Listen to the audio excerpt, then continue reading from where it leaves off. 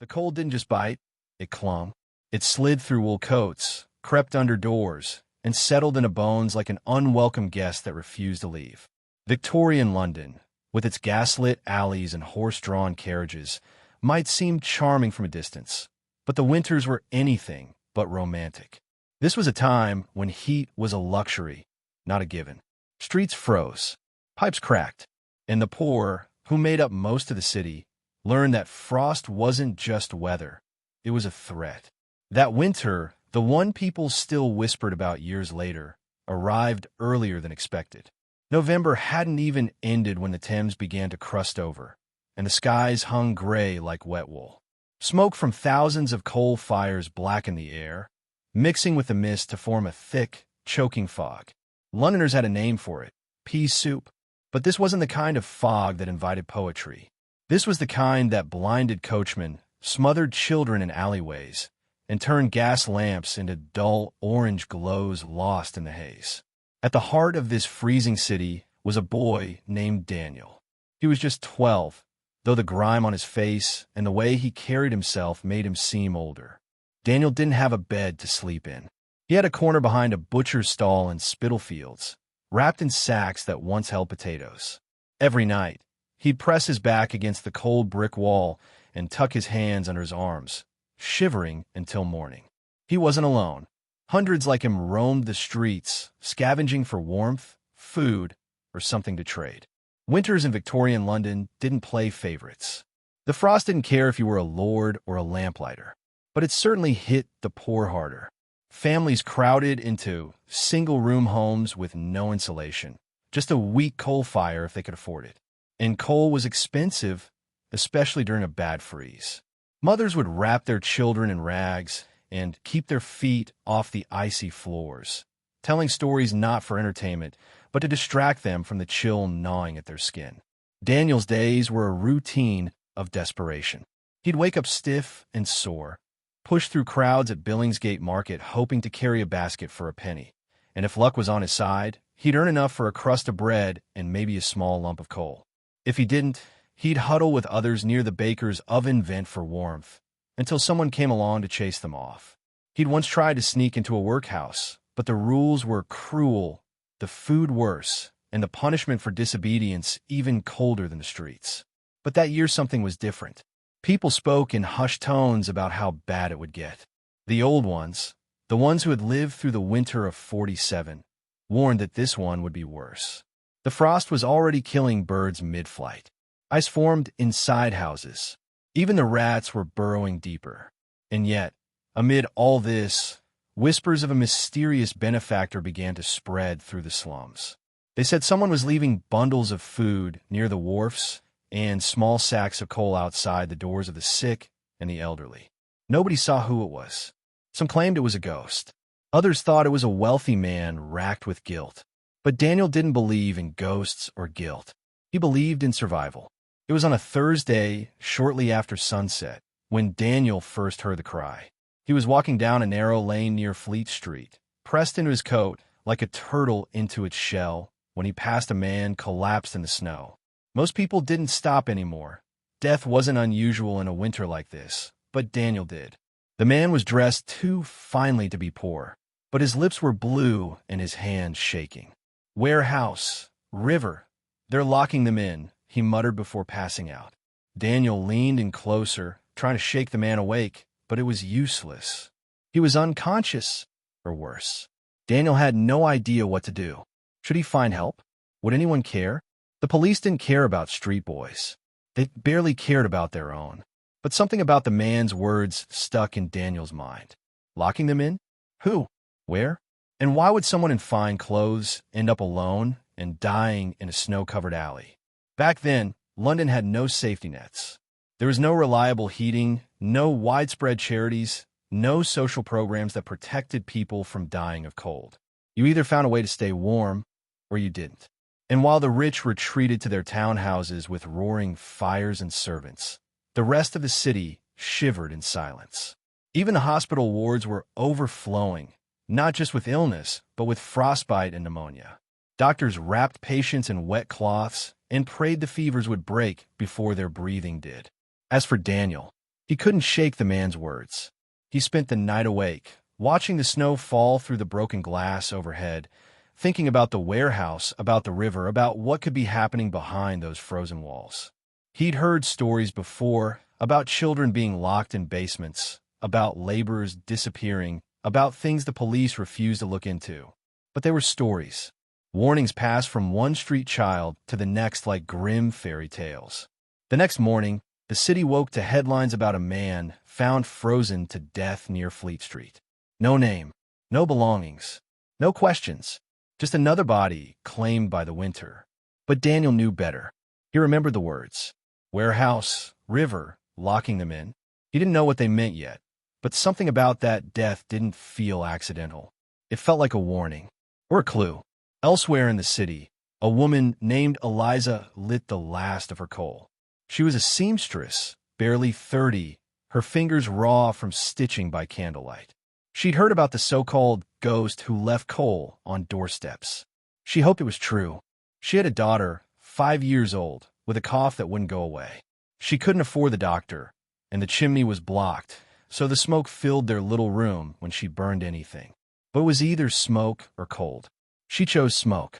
Eliza and Daniel had never met, but their stories were running parallel, destined to cross. And behind their shared misery, something larger was moving through the city. Someone was using the cover of winter to do terrible things, counting on the fog, the snow, and the silence to hide their actions. Someone who knew no one would look too closely if poor people disappeared in the cold. The Thames froze solid by mid-December. Barges were stuck in the ice, and fishmongers couldn't move their goods. The frost fair returned for the first time in years. Booths, skaters, and crowds braving the slippery surface to forget the cold for a while. But not Daniel.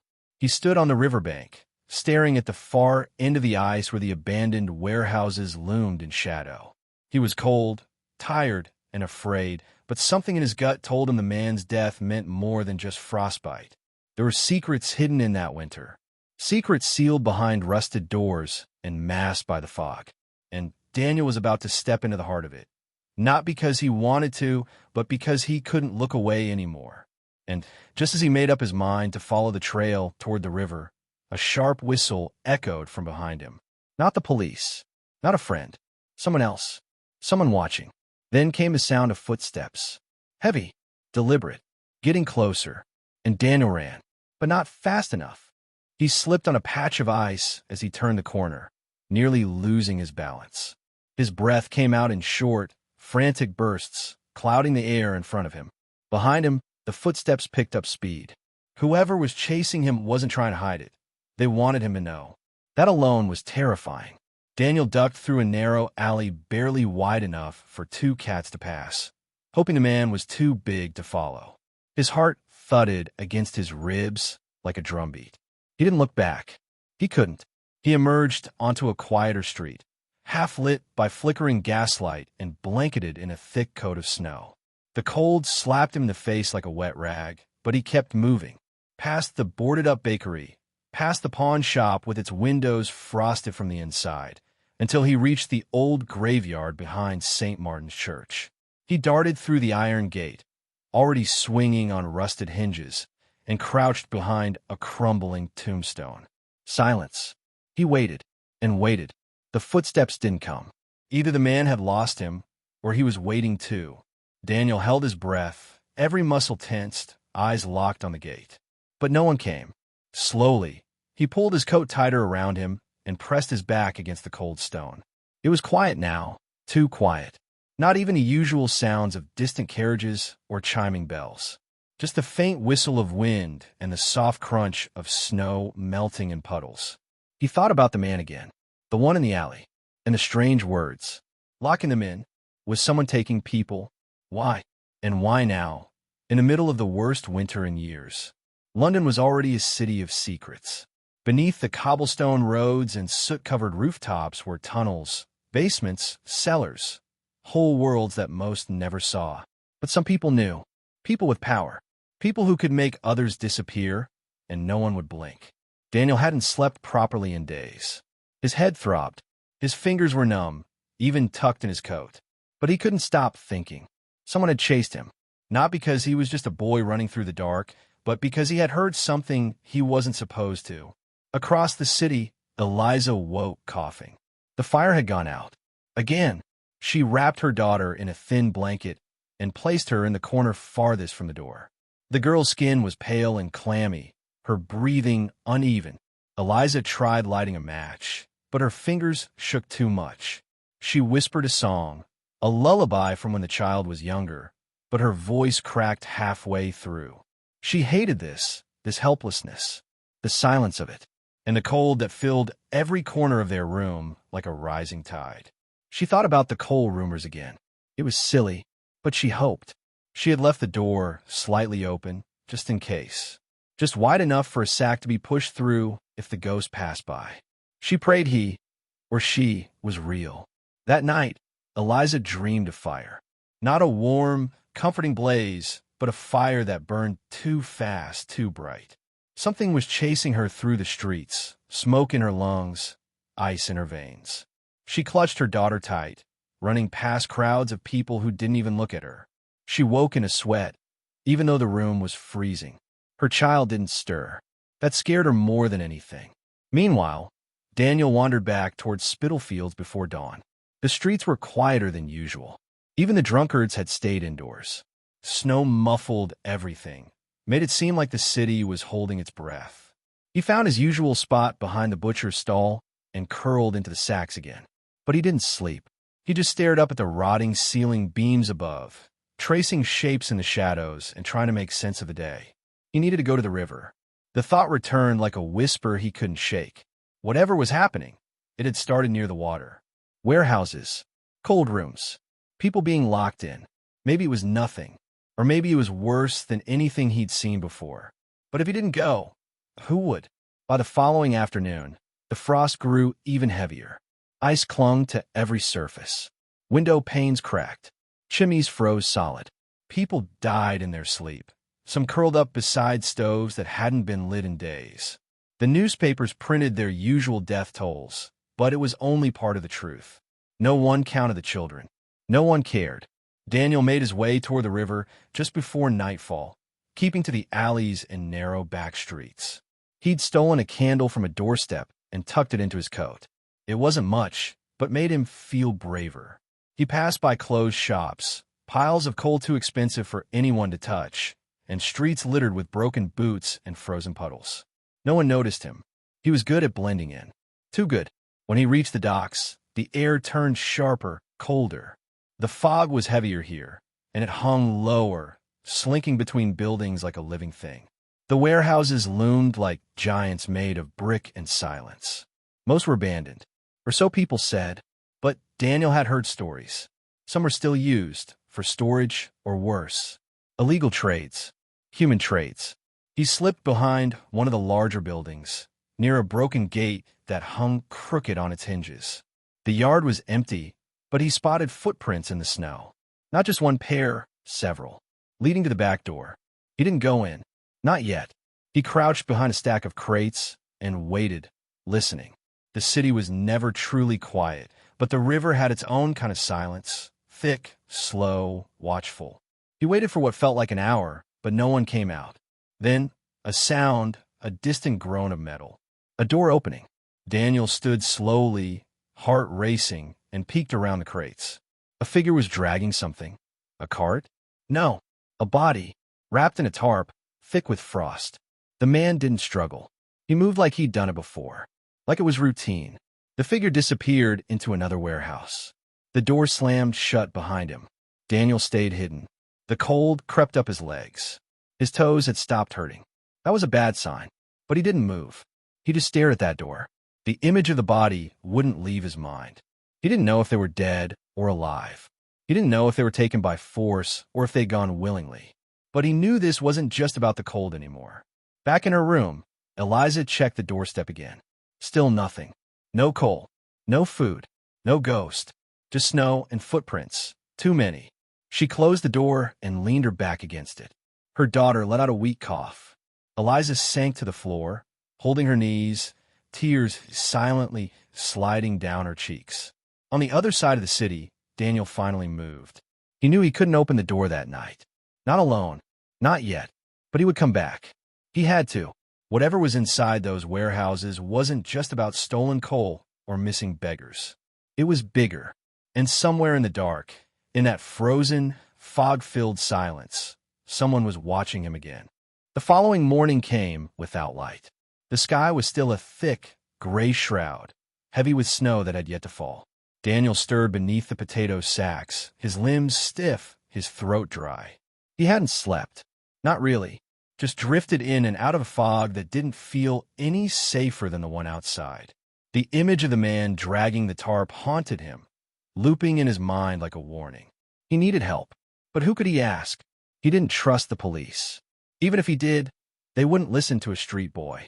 And other street kids had their own worries: hunger, shelter, cold. They wouldn't care about what he saw, not unless there was food or money in it. Still, he couldn't shake the feeling that something awful was happening by the river. Something people weren't meant to see. He headed to the market that morning with his hands buried deep in his coat and his eyes darting to every shadow. The stalls were half empty. The usual vendors were late, or maybe they weren't coming at all. People moved slower. Fewer words were exchanged. It was like the whole city was conserving energy just to stay warm. And even in that crowd, Daniel felt alone. He stopped by a fishmonger's cart and offered to carry a box. The man waved him off. Too many boys already tried. No room for more. Daniel didn't argue. He walked on, past the bakery where he used to warm his hands, now shuttered tight. The glass was frosted over from the inside. As he reached the edge of the market, he spotted a familiar face. Arthur, a chimney sweep not much older than Daniel, was crouched near a wall, lighting a piece of newspaper with a stolen match. His face was covered in soot, as always, but his eyes were sharp. Daniel sat down beside him without a word. Arthur glanced over. "You look worse than usual." "I saw something," Daniel murmured, not looking up. "Near the river." "Dead dog? Frozen sailor? Welcome to winter, mate." "No," Daniel said, quieter now. "A man, dragging something, looked like a body, into the warehouse behind the docks." That got Arthur's attention. He turned fully toward him, his grin fading. "You sure?" Daniel nodded. "I heard another man say something the night before. Said they were locking people in. Then he died. Just dropped." Arthur frowned, chewing on a strip of dried meat. "That warehouse, was it the one with the busted crane on top?" "Yeah," Daniel said. "Why?" "Because that place used to be a workhouse. Before it got shut down. Then it was sold, but nobody ever said who bought it. People say it's empty, but I've seen lights inside." Daniel looked at him. "You have?" Arthur nodded slowly. "At night. Just flashes. Lanterns maybe. I thought it was squatters or smugglers. Didn't think much of it. What if it's more than that?" Daniel asked. Arthur didn't answer right away. He stared into the small flame between them. "I don't like it," he muttered. "People go missing all the time in this city. No one notices. But if they're being taken, then someone's doing it on purpose." They sat in silence for a while, the fire flickering between them. Finally, Arthur stood. "I'll come with you tonight. We'll watch the place again. See if anyone goes in or out. If it's nothing, fine. But if it's not..." Daniel didn't smile, but the knot in his chest loosened, just a little. That evening, Eliza sat wrapped in her daughter's blanket, her face pale. Her girl hadn't spoken all day, just slept. Her breathing sounded like paper tearing. Eliza hadn't eaten since yesterday morning. She'd burned the last bit of wood in the house. She held a spoonful of water to her child's lips, but it dripped down her chin. She was losing her, and no one was coming. Eliza knew there were charities in the city, but they never came to people like her. They helped the ones with connections, with names, with stories that tugged on the right hearts. She had nothing but a sick child in a cold room. She glanced at the door. Still closed. Still empty. No ghost. No coal. Nothing. She whispered to the silence, "Please, someone help her." That night, Daniel and Arthur returned to the river, moving like shadows between the crates and wagons left to freeze. The docks were deserted. No workers. No carts. Just the groan of ice against wood and the soft lapping of water against frozen piers. They settled behind a pile of sacks across from the warehouse Daniel had seen. For a long time, nothing happened. The moon slipped in and out of clouds. The wind picked up. Arthur nearly fell asleep. Then they saw it. A lantern. Faint. Inside the building. The door opened. A man stepped out, glancing in both directions before waving to someone behind him. Another man followed, pulling a cart with a sack slumped over it. They didn't speak. They moved quickly. Daniel's breath caught. "They're doing it again," he whispered. Arthur leaned forward, squinting. "That sack, it's moving." The two men disappeared around the side of the warehouse. Arthur grabbed Daniel's arm. "We need to follow them. What if they see us? Then we run." Like always. The boys crept from their hiding place, sticking close to the walls. They followed the narrow alley around the building, footsteps silent on the snow. Ahead, they saw the men disappear through another door. This one looked like it led to a basement. Arthur looked at Daniel. "We go closer, see what they're doing. But no hero stuff. We watch." "That's it." Daniel nodded. They crept to a broken window near the base of the wall. It was just wide enough to peek through. Inside, dim lantern light revealed rows of crates and shelves. But in the back, something else. Cages. Not metal ones. Makeshift. Wooden slats like storage pens. And inside them, people. Men. Women. A boy no older than Daniel. All huddled together, too weak to cry out. Daniel's stomach turned. They're alive. Arthur's face had gone pale. "What is this?" Suddenly, footsteps thundered above them. A door opened. Voices shouted. "Someone's outside." The boys froze. "Run!" Arthur hissed. They turned and bolted, feet slipping on the snow, hearts pounding. Behind them, the warehouse door slammed open. Yelling. Footsteps giving chase. Daniel didn't stop. He didn't look back. He just ran. Into the darkness, into the fog, into the frozen maze of Victorian London. But the men were faster this time. And somewhere in the night, a sharp whistle echoed again. Daniel ducked beneath a hanging sheet of tarpaulin as boots slammed down behind him. The fog made everything feel closer, tighter. Sounds bounced off walls, making it impossible to tell how far behind the pursuers were. Arthur was just ahead, slipping between two leaning fences. "This way," he hissed, and Daniel followed, lungs burning, feet soaked, legs threatening to give out. They spilled into a side alley behind a row of coal sheds, their breath ragged and fast. Daniel pressed himself into the shadows, listening. The shouts were fading. Whoever was chasing them must have gone in the other direction. Still, neither boy spoke. Not yet. Finally, Arthur leaned forward, hands on his knees, tried to catch his breath. What the hell did we just see?" Daniel's voice came out hoarse. They were alive, locked up like animals. Why? Who would do that? What did they want with them? Daniel didn't answer. He couldn't. His heart was still racing, not just from the run, but from what he had seen. The people in the cages hadn't looked recently taken.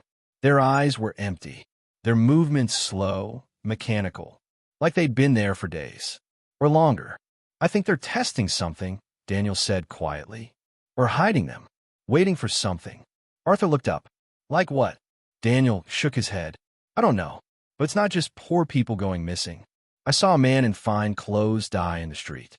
Said something before he dropped." Arthur's eyes narrowed. "And now they're chasing us." They sat in silence, the cold cutting deeper now that they'd stopped running. Daniel rubbed his hands together. "We can't tell the police. You know that. They'll either ignore us or worse." Arthur nodded grimly. "So what do we do?" Daniel hesitated. "We watch. We follow. We find someone who'll listen." Who? Who would believe two half-frozen boys over men with money and power? Daniel didn't know, but he knew he couldn't forget what he'd seen, and neither could Arthur. Whether they wanted to or not, they were now part of it. ****. In the northern part of the city, Eliza sat wrapped in every piece of fabric she owned. Her daughter was barely breathing. The cough had turned wet, rattling in her chest like pebbles in a tin. There was no heat left, no light, only the cold and the dark and the ticking of time she couldn't afford to lose. She thought about going to church. Maybe the priest would help. Maybe the orphanage would take her daughter, if no. She shook her head, refusing to let the thought finish. Just then, she heard something outside. Not footsteps, not voices. A A soft clink, like metal tapping the doorstep. She opened the door slowly. There in the snow sat a sack. A small one, tied with string. Inside, she found coal. Real coal. Enough to last the night. And a small loaf of bread, still warm. Tears filled her eyes before she could stop them. She looked around, but the street was empty. The ghost had come. *****. Daniel and Arthur didn't return to the river for 2 days. Not because they didn't want to, but because the frost deepened. The entire city slowed under a wave of ice and fog. Pipes burst. Fires failed. Even the Thames, already locked in ice, turned treacherous. Horses slipped on cobblestones and broke legs. Children disappeared under snowdrifts and were found frozen solid come morning. But people still whispered about the ghost who left coal in the night, about the shadows near the docks, and about the missing. Daniel overheard 2 women talking near the pump in Spitalfields. One said her sister hadn't come home from her sewing job. The other mentioned her cousin, gone since Tuesday. Both blamed the cold. Daniel knew better. Arthur had gone quiet. He hadn't said much since the warehouse. He didn't sleep well. He kept staring at nothing, rubbing his thumb against his fingers like he was trying to scrub the memory away. They met again in their usual spot behind the butcher's. "I've been thinking," Arthur said, eyes on the snow, "about the cages, about the people." Daniel waited. "I don't think they're just keeping them there. I think they're testing how long people last in the cold." Daniel blinked. "Why would anyone do that?" Arthur shrugged. "Same reason people breed dogs to fight, or trap rats to see how they behave. Some men don't see others as people, just things to poke and study." Daniel felt a sickness in his gut. "Then we have to stop them." Arthur looked at him sharply. "We're 2 boys with frozen boots and no family. What exactly do you think we can do?" Daniel didn't answer right away, but in his mind, something was starting to take shape. "We find the ghost." Arthur scoffed. "Now you're joking." "I'm not. Someone's out there, leaving coal, helping people. Maybe they know something. Maybe they've seen more than we have." Arthur hesitated. "How do you even find a ghost?" Daniel stared down at his hands. "We don't. We wait for them to find us. ****. That night, Daniel sat in the alley outside Eliza's building. He didn't know her, didn't know the girl, but he'd seen the sack left on her doorstep 2 nights in a row. He stayed low, hidden behind a stack of old barrels, breath steaming in the air. Just past midnight, he saw the figure. They moved swiftly, wrapped in a heavy coat and scarf, face hidden. Not tall, not large, but quick and careful. They placed a bundle on the step and turned without pause, vanishing down the street. Daniel followed. He stayed low, ducking behind fences, barrels, doors. The figure moved like a shadow, past the bakery, down Fleet Lane, through the fog, and into the old cemetery. There, under the broken archway, they stopped. Daniel crept closer, feet silent on the frozen path. The figure knelt beside a small stone, said something under their breath, then turned. "I know you're there," the voice said. Daniel froze. "You've been following me for 5 streets, boy." He stepped out slowly. "You left coal for the woman in that building." The figure's eyes locked onto his, dark and sharp. A woman's voice, quiet but firm. "And if I did?" Daniel took a breath. "I need your help." She watched him for a moment. "Help with what?" "There are people being taken," he said, "locked in warehouses near the river. I saw them. They're still alive." The woman didn't move. Daniel stepped closer. "I saw men dragging bodies. Heard a man before he died say something about people being locked up. My friend and I saw cages. Real ones." Finally, she spoke. "And why would someone show me all this?" "Because I think you already know something," Daniel said. "Because you're out here every night, helping people when no one else will." A long silence passed between them. Then she turned, pulled her scarf down slightly.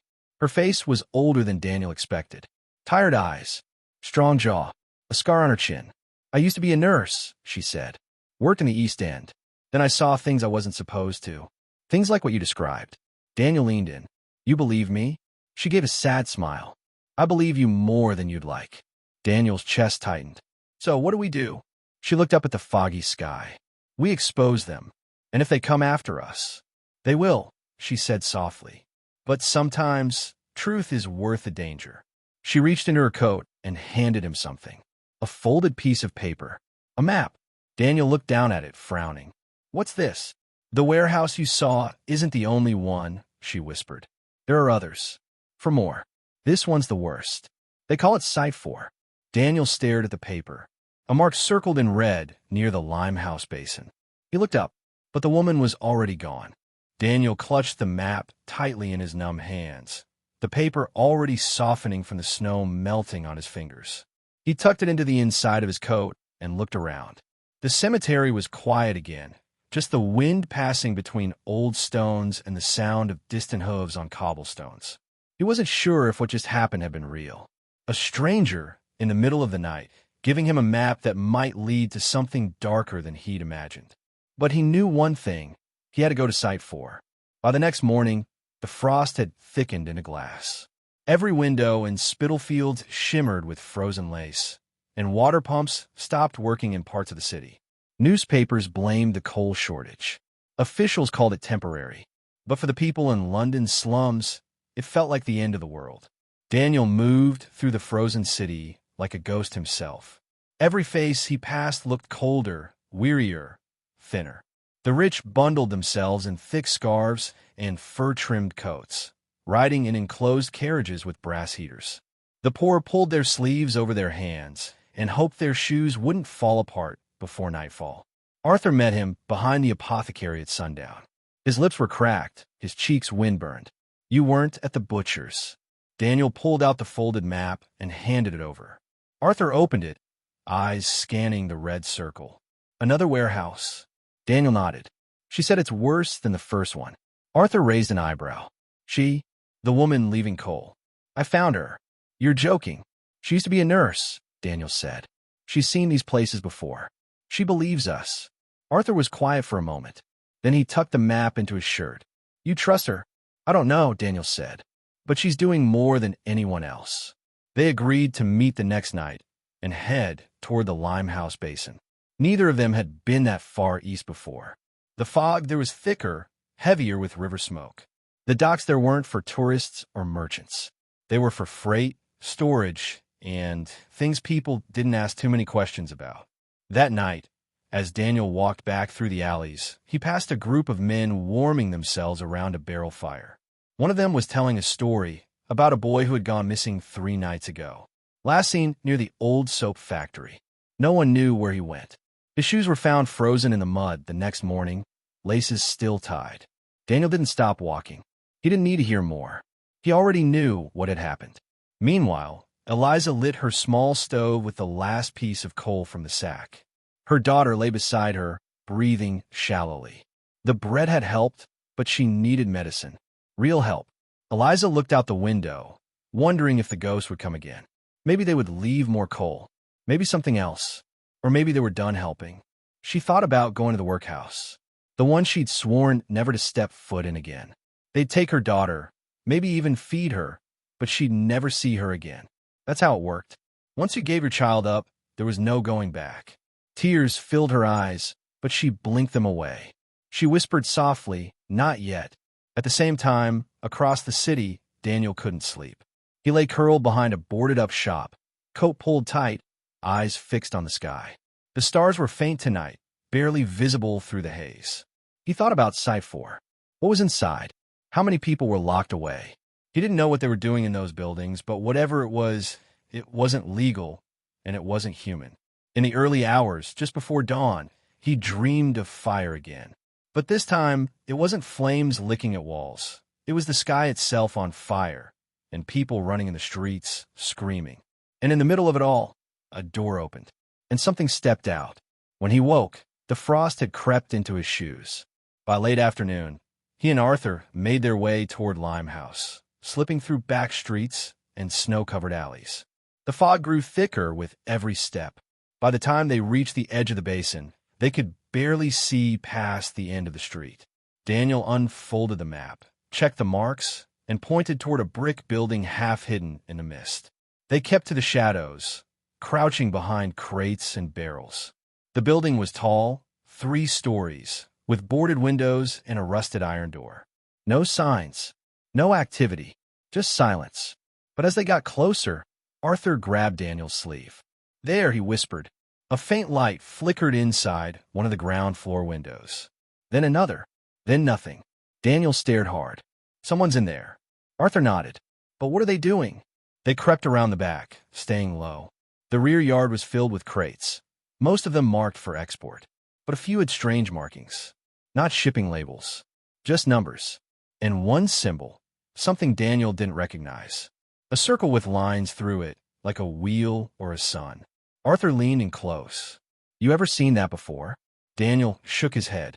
Then they heard something from inside the building. A low hum. Mechanical.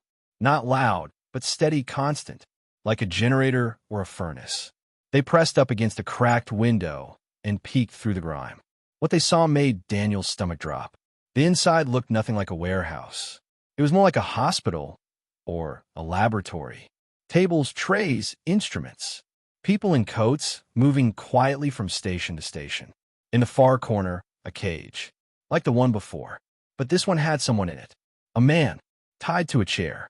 Shaking. Arthur whispered, "What is this place?" Daniel couldn't answer. Then one of the figures inside turned toward the window. For a brief second, their face was visible.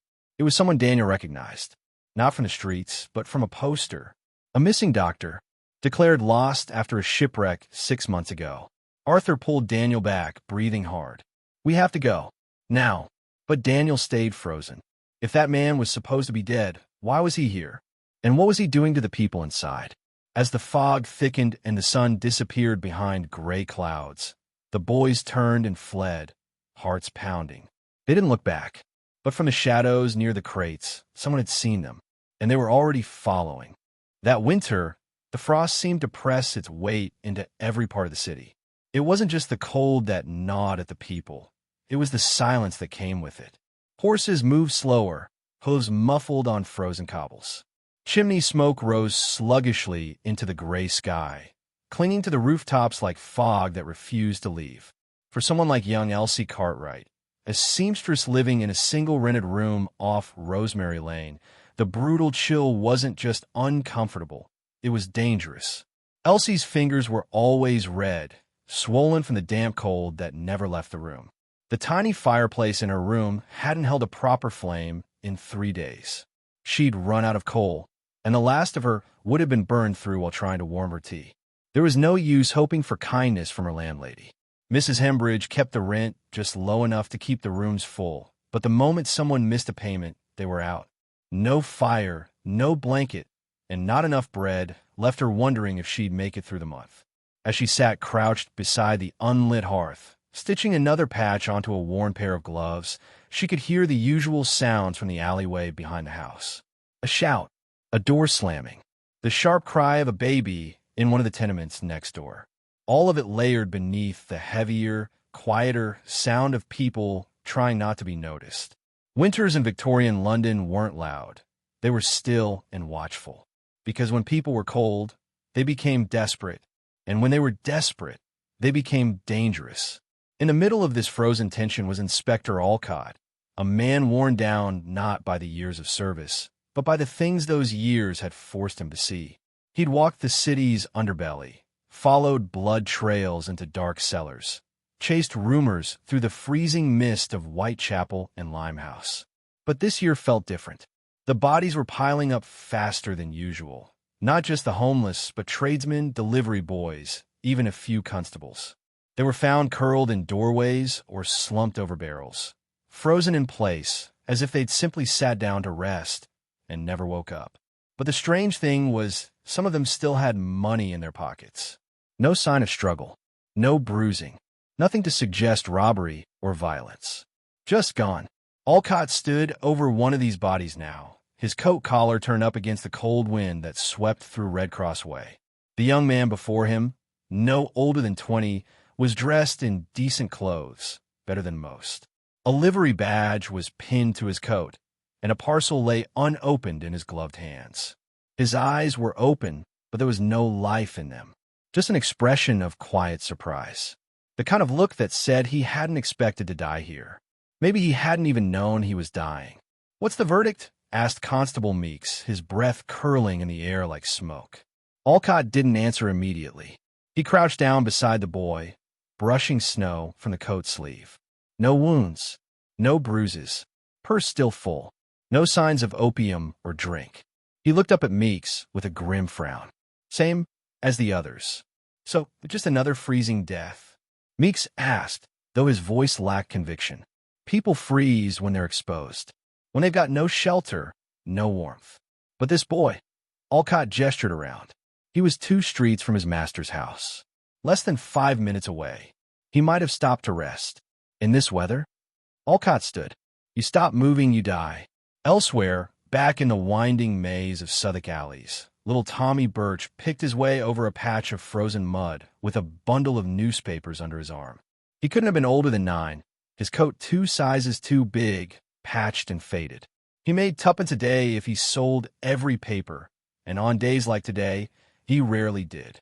People stayed inside when the frost came, and those who were out had their eyes down, their minds focused on getting somewhere warm. But Tommy had sharp eyes and quicker feet. He didn't just sell papers, he listened. He heard things others didn't. And lately, he heard about the deaths. Kids talked, especially near the soup kitchens. They said there was a shadow moving through the alleyways. Something cold that took people when they weren't looking. Some even said you could feel it behind you before it struck. A stillness. Like everything around you had stopped breathing. Tommy didn't believe in ghosts, but he believed in cold. He'd seen what it did to people. The worst part wasn't how it froze your hands or feet. It was how it made people forget each other. How even the kindest souls turned inward, pulling away from the suffering around them. Winter made you selfish. And when everyone's looking out for themselves, that's when the real dangers thrive. In a poorly lit pub near Bermondsey, a man known only as Griggs sat nursing a mug of gin with a shaking hand. He'd been a dock worker once, strong and proud, but years of hard labor and harder drink had hollowed him out. He claimed to have seen something a few nights ago, just off Shad Thames. Said it wasn't human. Said it moved like fog, but darker, heavier. Said it wrapped itself around a man, and when it let go, the man was gone. Gone? The barkeep had asked skeptically. Like he never was, Griggs muttered. No scream, no fight. Just cold. Cold so deep I felt in my bones, and I wasn't even touched. People laughed when he told the story. They always did, but they laugh quieter now. Because in a city like London, with its thick layers of soot and sorrow, people knew there were things that couldn't be explained. And when too many bodies started piling up, when even the rats refused to come out, the old stories came back. Whispers of the Frost Watcher, a tale told to children to keep them from wandering too far in the cold. They said he hunted in silence, choosing victims who lingered alone in alleys and doorways. A thing of the cold, a punishment for those who forgot to care for each other. Of course, Alcott didn't believe in such things. He was a man of facts, patterns, evidence. But even he couldn't deny something unusual was happening. The bodies weren't random. They were too quiet, too neat. Whatever this was, it wasn't just weather. And as he walked back to his small flat on Gough Square that night, the snow falling harder now, he couldn't shake the feeling that something was watching. The lamps flickered behind him. A dog barked once and went silent. And somewhere, deep in the maze of old London, a shadow moved through the frost, calm, patient, waiting. By the time Alcott reached his door, his knuckles were white from gripping the handle of his cane. He lit the lamp, locked the door behind him, and stood by the fire as it hissed and cracked. But no matter how close he stood to the flame, he couldn't get warm. Something had followed him home. And in the stillness of the room, where the air should have been quiet and safe, a low creak came from the hall. He turned, heart thudding. But there was nothing there. Not yet. The bitter wind pushed against the alleyways like an unseen hand, sweeping through horse dung, broken crates, and scraps of forgotten cloth. Fog clung to every corner, thick and soupy, curling around gas lamps and choking out what little light they gave. Beneath that blanket of gray, life in Victorian London shuffled on, ragged, tired, and cold. The Thames, half frozen and full of debris, moved sluggishly, a silent witness to the quiet misery of another brutal winter. By now, Children who once played in the slush had grown, used to coughing fits and burning throats. The soot from coal fires choked the air, and every breath was a scratch on the inside of the chest.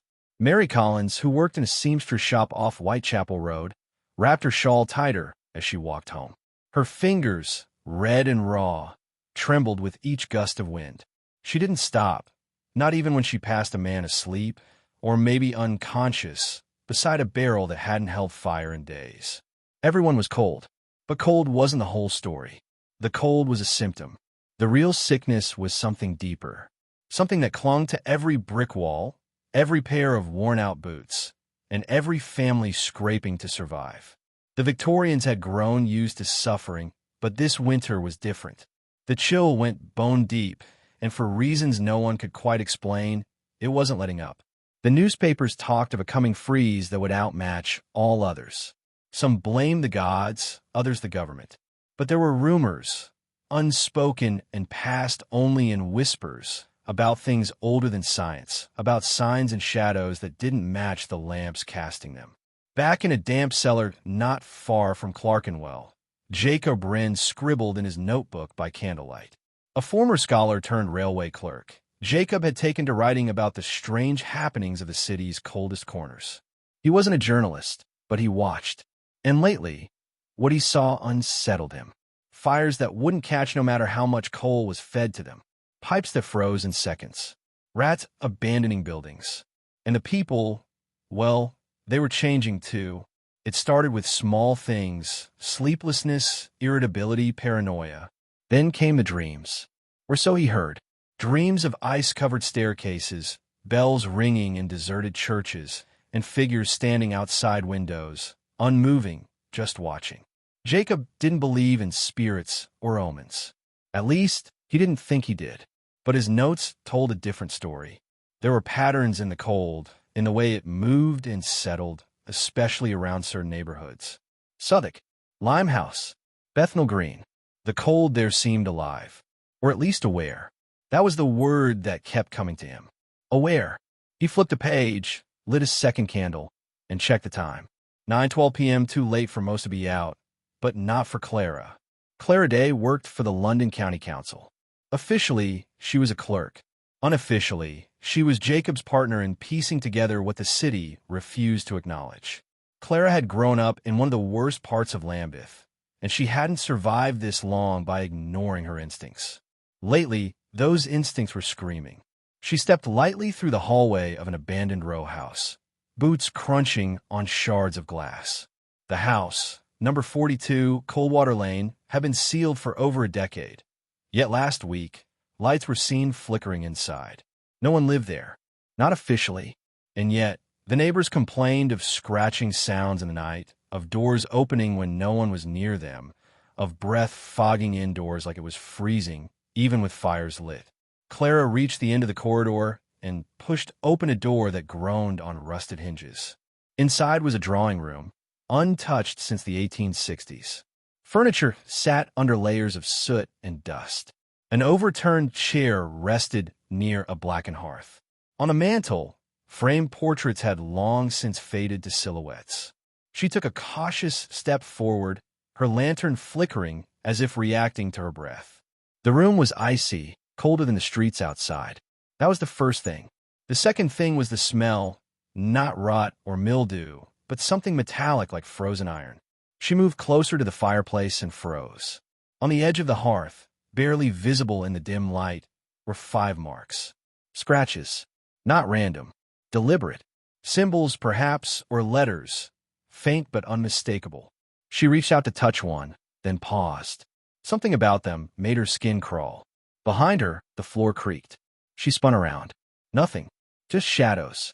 Still, she backed away slowly, lantern held high. Clara knew better than to ignore her gut. She stepped back in the hallway and pulled the door shut behind her. On the outside of the doorframe, in almost invisible chalk, someone had written a date. February 12th, 1855. She wrote it down. That same date had shown up in Jacob's research. The Great Freeze. The winter of footprints in the snow that led to no one. The Devil's March, some called it. She had always thought it was folklore. But now she wasn't so sure. Outside, the fog had thickened. Clara tightened her coat and started walking. She needed to find Jacob. Back in the cellar, Jacob was still writing. He had found an old journal at a bookstall weeks earlier. Victorian-era, handwritten and signed. At first glance, it seemed like a boring account of someone's daily life. Grocery lists, church attendance, weather notes.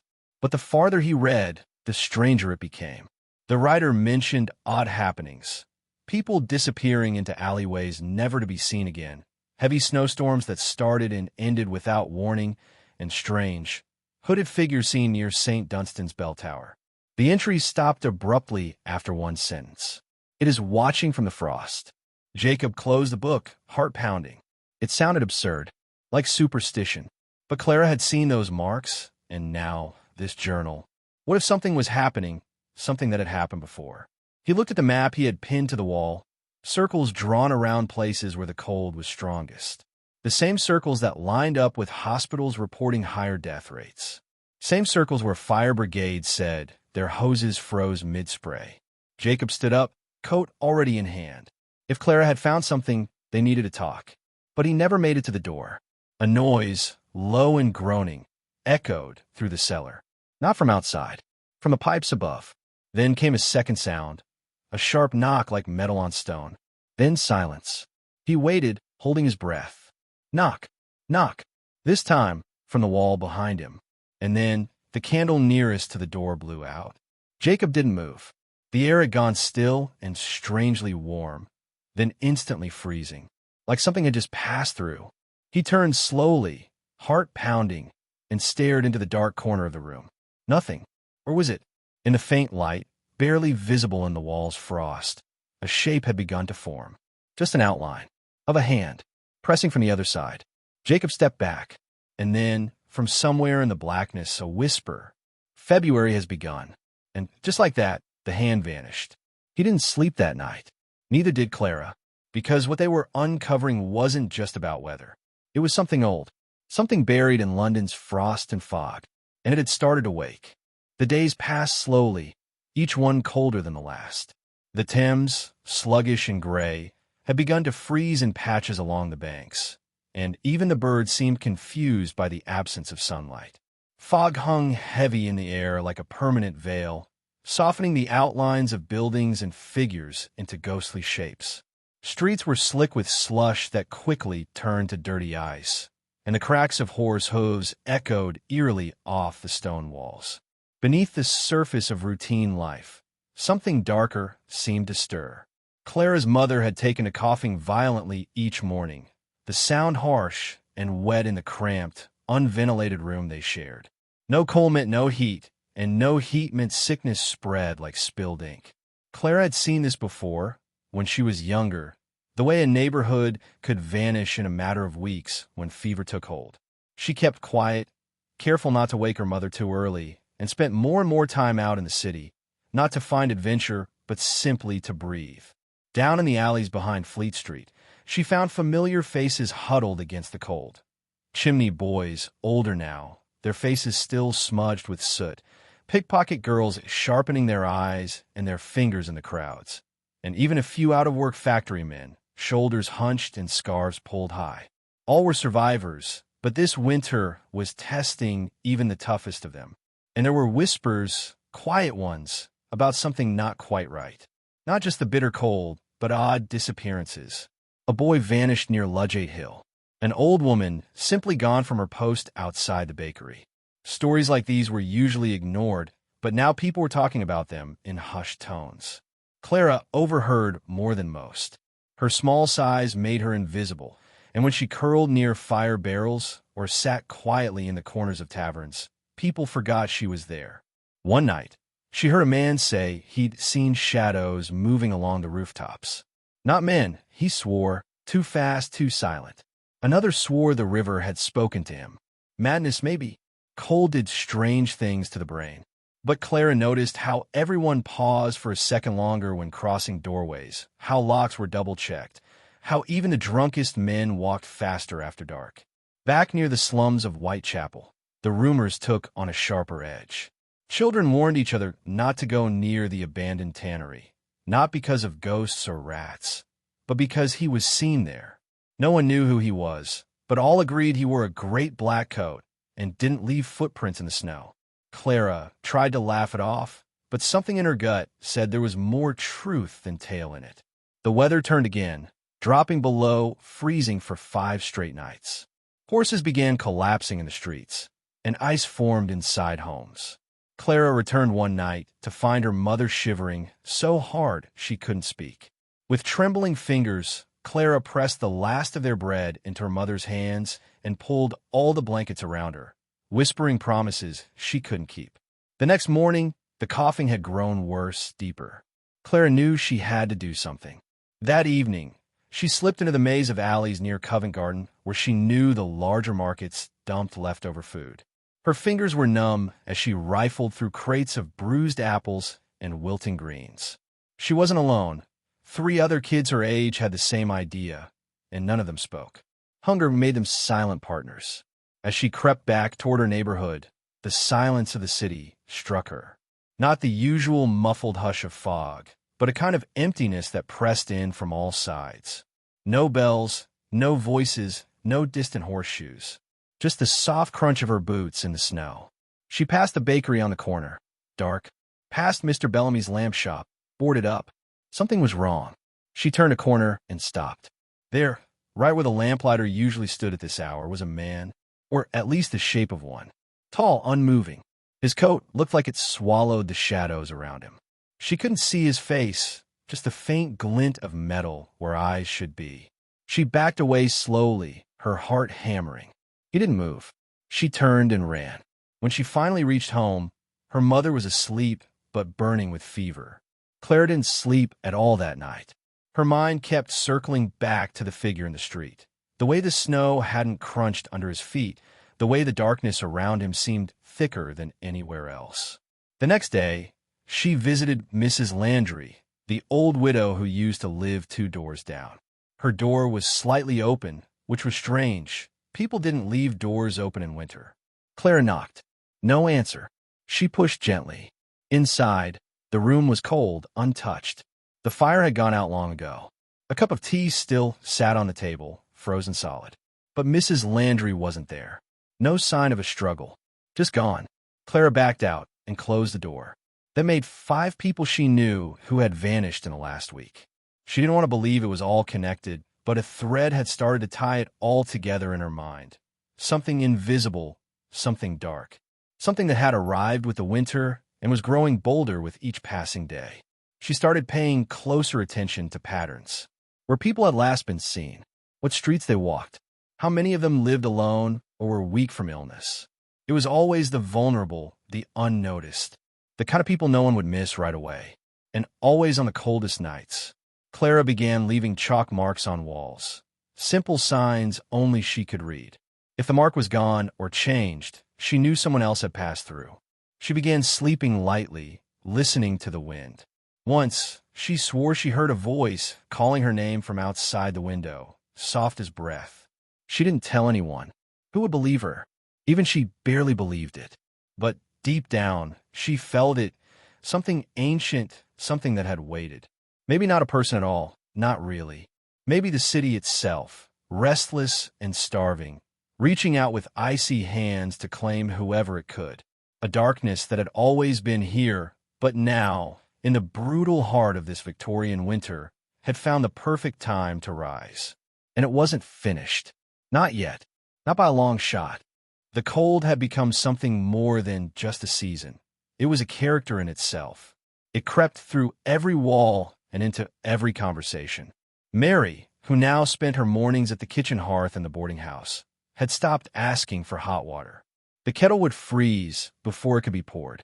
Her hands, red and cracked, shook slightly as she tried to stitch a hem for Mrs. Talbot upstairs, whose skirts were worn thin from pacing the room, unable to sleep through the night's chill.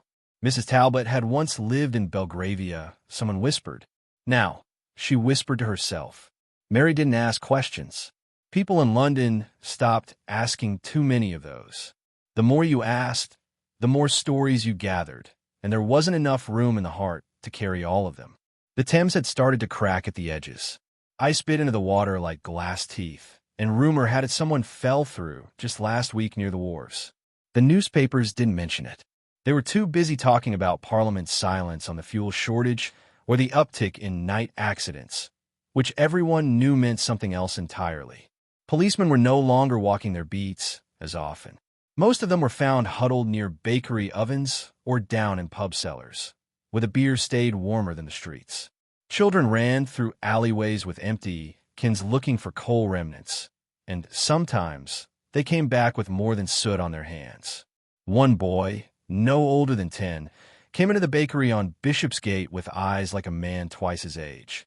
He didn't speak, just held out his hands and waited. The baker gave him a crust and said nothing. It was safer that way.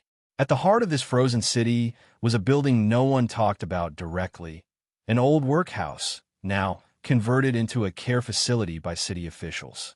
The name sounded generous. In truth, it was where the unwanted went to vanish. Inside, there were whispers of something strange, something colder than the frost-covered bricks.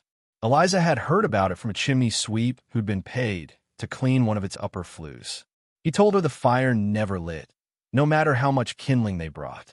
He said the walls whispered, and then he stopped coming around altogether. Jonathan, the lamplighter from Clerkenwell, had his own suspicions. He noticed that certain homes stayed dark night after night, even when people clearly lived there. He swore that he'd light their lamps, but by the time he walked back down the block, the flames had gone out. Once he even climbed back up to relight one, only to find the glass scorched from the inside. No soot, just heat, like someone or something was inside those houses, snuffing out the light. Eliza had tried to ignore it all. Her life was already hard enough. She worked 12-hour days at the laundry and spent her evenings patching together broken mittens for neighborhood kids. But the rumors were spreading faster than the frost. Her brother, Thomas, had been missing for 2 weeks. He was a night watchman for a warehouse near the docks. Last she heard, he'd been reassigned to help oversee that workhouse. Just temporary, they told her. Just to keep an eye on the grounds. Now, no one would talk about him. The officials she approached either shrugged or said they didn't keep lists that long. When she tried to enter the building herself, she was turned away by 2 men with no names on their uniforms, only a strange symbol sewn into their coat sleeves. It looked like a sun behind bars. She couldn't sleep after that. Eliza had started keeping notes. Clippings from papers, overheard conversations, drawings of that strange symbol. She didn't know what it meant, but she felt like it was following her. Once, she found it etched into the frost on her window. Another time, it appeared stamped on a bag of coal, left anonymously at her door. And yet, the city still moved. Life kept trudging on, boots crunching through snow mixed with ash and filth.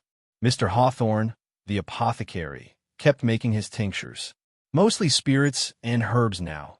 Supplies from the east were weeks behind. He had developed a cough, though, and his hands had started shaking.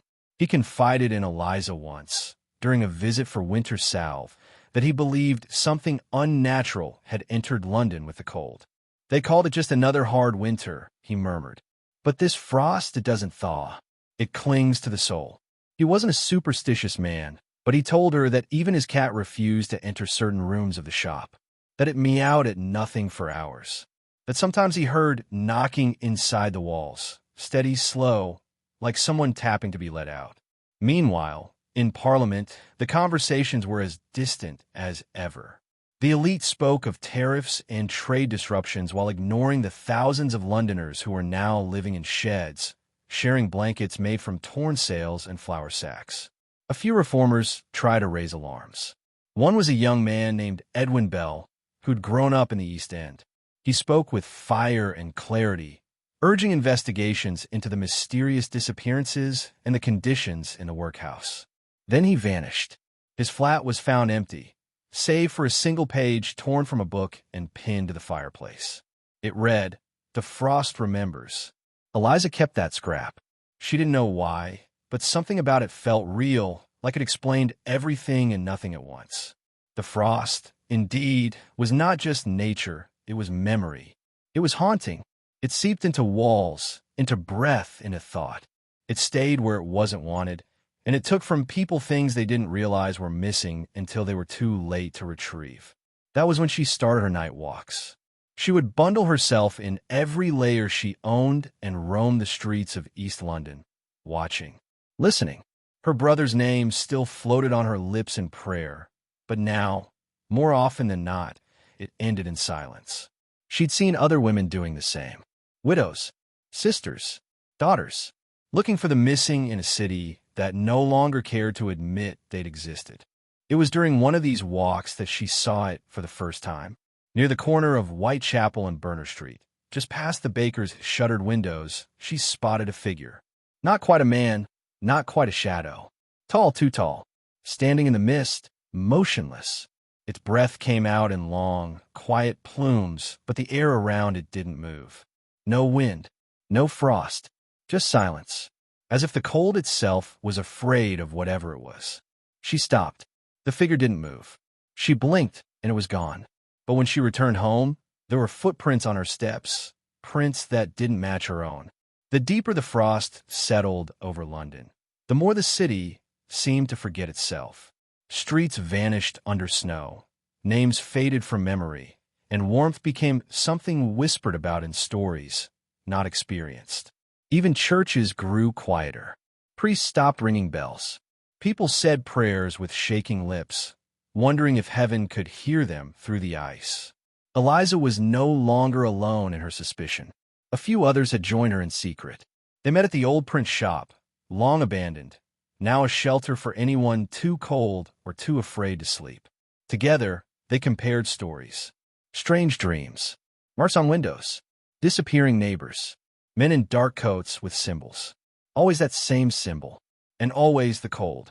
They began to suspect something none of them wanted to say aloud. That maybe this wasn't just a weather pattern.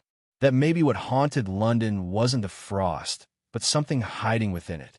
And then, one of them didn't show up to the meeting. Then another, until only Eliza remained. There was something about the way the wind howled that night, as if the very air carried secrets.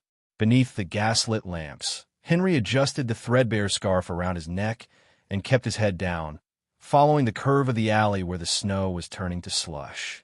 The ground was slick with soot and mud, and his boots, long worn thin, let the cold bite through to his skin. The city never truly slept, but this part of London, this forgotten, frost-bitten corner near the docks, felt like it had been asleep for a century. The buildings leaned like old men, and the shadows between them grew darker by the hour. It was here that the true character of a Victorian winter showed itself. Not in the snow-covered rooftop scene in Christmas paintings, but in the frost that crept up the inside of windows, the rattle of lungs too long exposed to coal smoke, and the silence of families who could no longer afford to speak. The air was heavy with cold dust, sharp with the sting of unburned wood, and somewhere nearby, a baby cried softly through a wall too thin to keep out the wind. Henry was 16, but already he moved like someone older, like someone who had stopped hoping for change. That night, he was carrying a small parcel of bread crusts, wrapped in a bit of brown paper, tucked beneath his coat. His sister Elsie had a fever that wouldn't break, and his mother had only managed to heat a little broth on the tiny iron stove. They hadn't seen meat in weeks. Winter hadn't just brought cold, it had brought fear. The kind that sat behind your ribs and whispered that spring might not come this year. Or if it did, you might not be around to see it. But the streets were talking tonight. Henry noticed it in the way the policemen kept their heads down, in the hurried way the chimney boys disappeared when footsteps echoed too loudly. Word was spreading of another body found in the river, one that didn't wash in with the tide like the usual unfortunates. This one was different. It was clean, intact, eyes still open. And the police weren't saying much, which meant people were making up their own stories, tales of gentlemen with no faces, of strange marks burned into the skin, of a chill that didn't come from snow. Back in the workhouse, whispers were louder than ever. Sarah, the girl who mended laundry with fingers bent from frostbite, said she saw a man dressed in fine clothes wandering the East End late at night, offering coins to children in exchange for silence. But no one she knew had taken the money and come back. And then there was Mr. Emerson, the coal merchant, who'd been generous with firewood early in the season and then suddenly stopped. Some said they'd seen his cart outside St. Giles Hospital, though no one ever said why. Even the rats seemed jumpier, darting in and out of their hiding places with more urgency, as if the winter had brought something else with it. Something colder than snow. Something that knew your name. Henry didn't believe in ghost stories. He believed in facts. The fact that coal cost too much, that poor people died every day, and that those in warm houses never came down to check on those who didn't. But even he couldn't shake the unease that had settled over London. It was in the silence between footsteps, in the flicker of gaslight, in the breath that hung in the air too long and disappeared too fast. As he passed under a wrought iron archway leading to one of the narrower lanes, he stopped. Something moved, not the rustling of papers or the scurry of animals. Something deliberate, measured. A figure, wrapped in a heavy overcoat, stood across the square, half hidden by fog. Henry couldn't see a face, but he could feel the stare. Whoever it was didn't move, didn't blink, just watched. He turned away quickly and kept walking, heart thudding. A chill ran up his spine that had nothing to do with the snow. Back at home, the stove was nearly out, and his mother sat slumped in the rocker, eyelids drooping from exhaustion. Elsie stirred beneath a stack of blankets, skin pale, lips dry. Henry placed the bread on the table and knelt beside her, brushing damp hair from her forehead. She didn't speak, just blinked up at him with eyes that were too tired for her age. He hated seeing her like this. Hated the helplessness.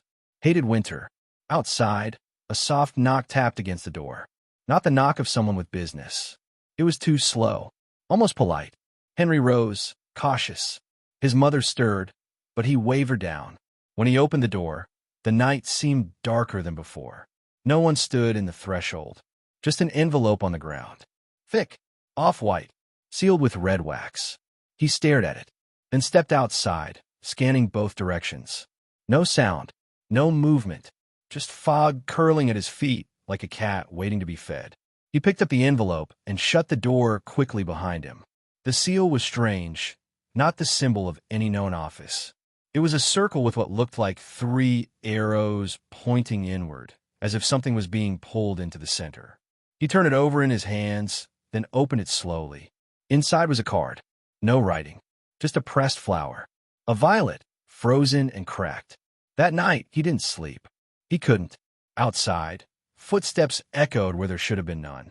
Down the lane, someone hummed a lullaby off-key, the notes trailing off into the dark. And when the fire died out, Henry was sure he saw something watching through the frost-covered window, a shape tall and still, with eyes that gleamed faintly like the dying embers of coal. In the following days, Henry started asking questions, discreetly at first, about the flower, the envelope, the man in the fog. Most people told him to leave it alone, said winter did strange things to the mind, that you start seeing what isn't there. But others, older folks who remembered darker times, looked away when he asked and said nothing. Then came another envelope. This one was left at the coal yard, wedged under a stone. Another flower, different this time. A withered rose, scorched at the edges. And Henry began to notice other things too. Windows blacked out with paper, doors nailed shut, alleyways where dogs wouldn't go. Whatever was happening, it wasn't just bad luck or poverty. It was something older. Something buried beneath the snow and soot and silence. And still, the winter deepened. The river froze in places, and boats got stuck in the ice. Men slipped on cobblestones and didn't get up again. Women disappeared on their way to the baker, and no one went looking. People clung to warmth in the shelters and soup kitchens. But even there, fear spread like frost across glass. Thin, invisible, but impossible to ignore. Henry knew the city had secrets. Every building, every chimney, every stone held stories. But this winter, it felt like those secrets were waking up, like something long buried had stirred. And whether it was real or madness or something in between, he could feel it getting closer. He kept the flowers hidden in a tin beneath the floorboard, not knowing why. Maybe he hoped someone else would understand. Maybe he was waiting for a pattern to show itself. Or maybe, deep down, he feared he was part of the pattern. The snow kept falling. The wind kept moaning through the alleys. And far in the distance, Near the edge of the city, smoke began to rise from a chimney that hadn't been lit in years. A place no one visited anymore. A place that had its own stories. And that was where he would have to go. Eventually. But not yet. Not tonight. A week later, the snow had piled so high in some alleyways that entire passageways disappeared.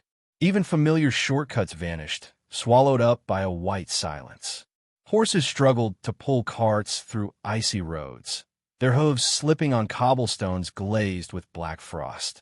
And the air, thick, wet, and heavy with coal smoke, choked the breath out of lungs. Inside homes, candles barely warmed the walls. Chimneys spat out soot that fell back to earth, coating the snow in an ugly gray film. Mr. Halpern's bakery on Tottenham Street had closed early 3 nights in a row. The dough wouldn't rise properly in the cold, and even when it did, few could afford to buy a loaf. The streets outside his shop were nearly empty, save for the occasional street urchin poking through barrels or a rat scurrying under the weight of fog. Eliza passed by the bakery with a soft knock on its shutters. Inside, Mr. Halpern saw her and passed her a crust of stale rye bread through a crack. No words were exchanged, just a nod of thanks. She had once helped his wife with a fever. People remembered small kindnesses in winters like these. Children in the poorer parts of town huddled together at night, using old newspapers as blankets. The headlines they wrapped around their legs spoke of factory strikes, rising coal prices, and Queen Victoria's health. But for most, none of that mattered. What mattered was staying warm for just one more night. Mothers boiled potato skins and cabbage water. Fathers vanished into warehouses and came back with splinters in their hands and frostbite in their fingertips. There was talk of people freezing in their sleep, quiet deaths that went unnoticed until morning. One man on Portland Road was found upright in his chair, eyes open but lifeless, his breath frozen in midair. The doctor wrote natural causes on the certificate, but the neighbors whispered a different phrase. The cold took him. At the hospital where Eliza sometimes volunteered, the situation was growing desperate. Supplies were running low. Blankets were in short supply, and even the nurses had started reusing cloth bandages.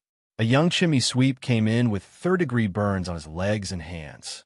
He had tried to warm himself beside a furnace, but slipped and fell in.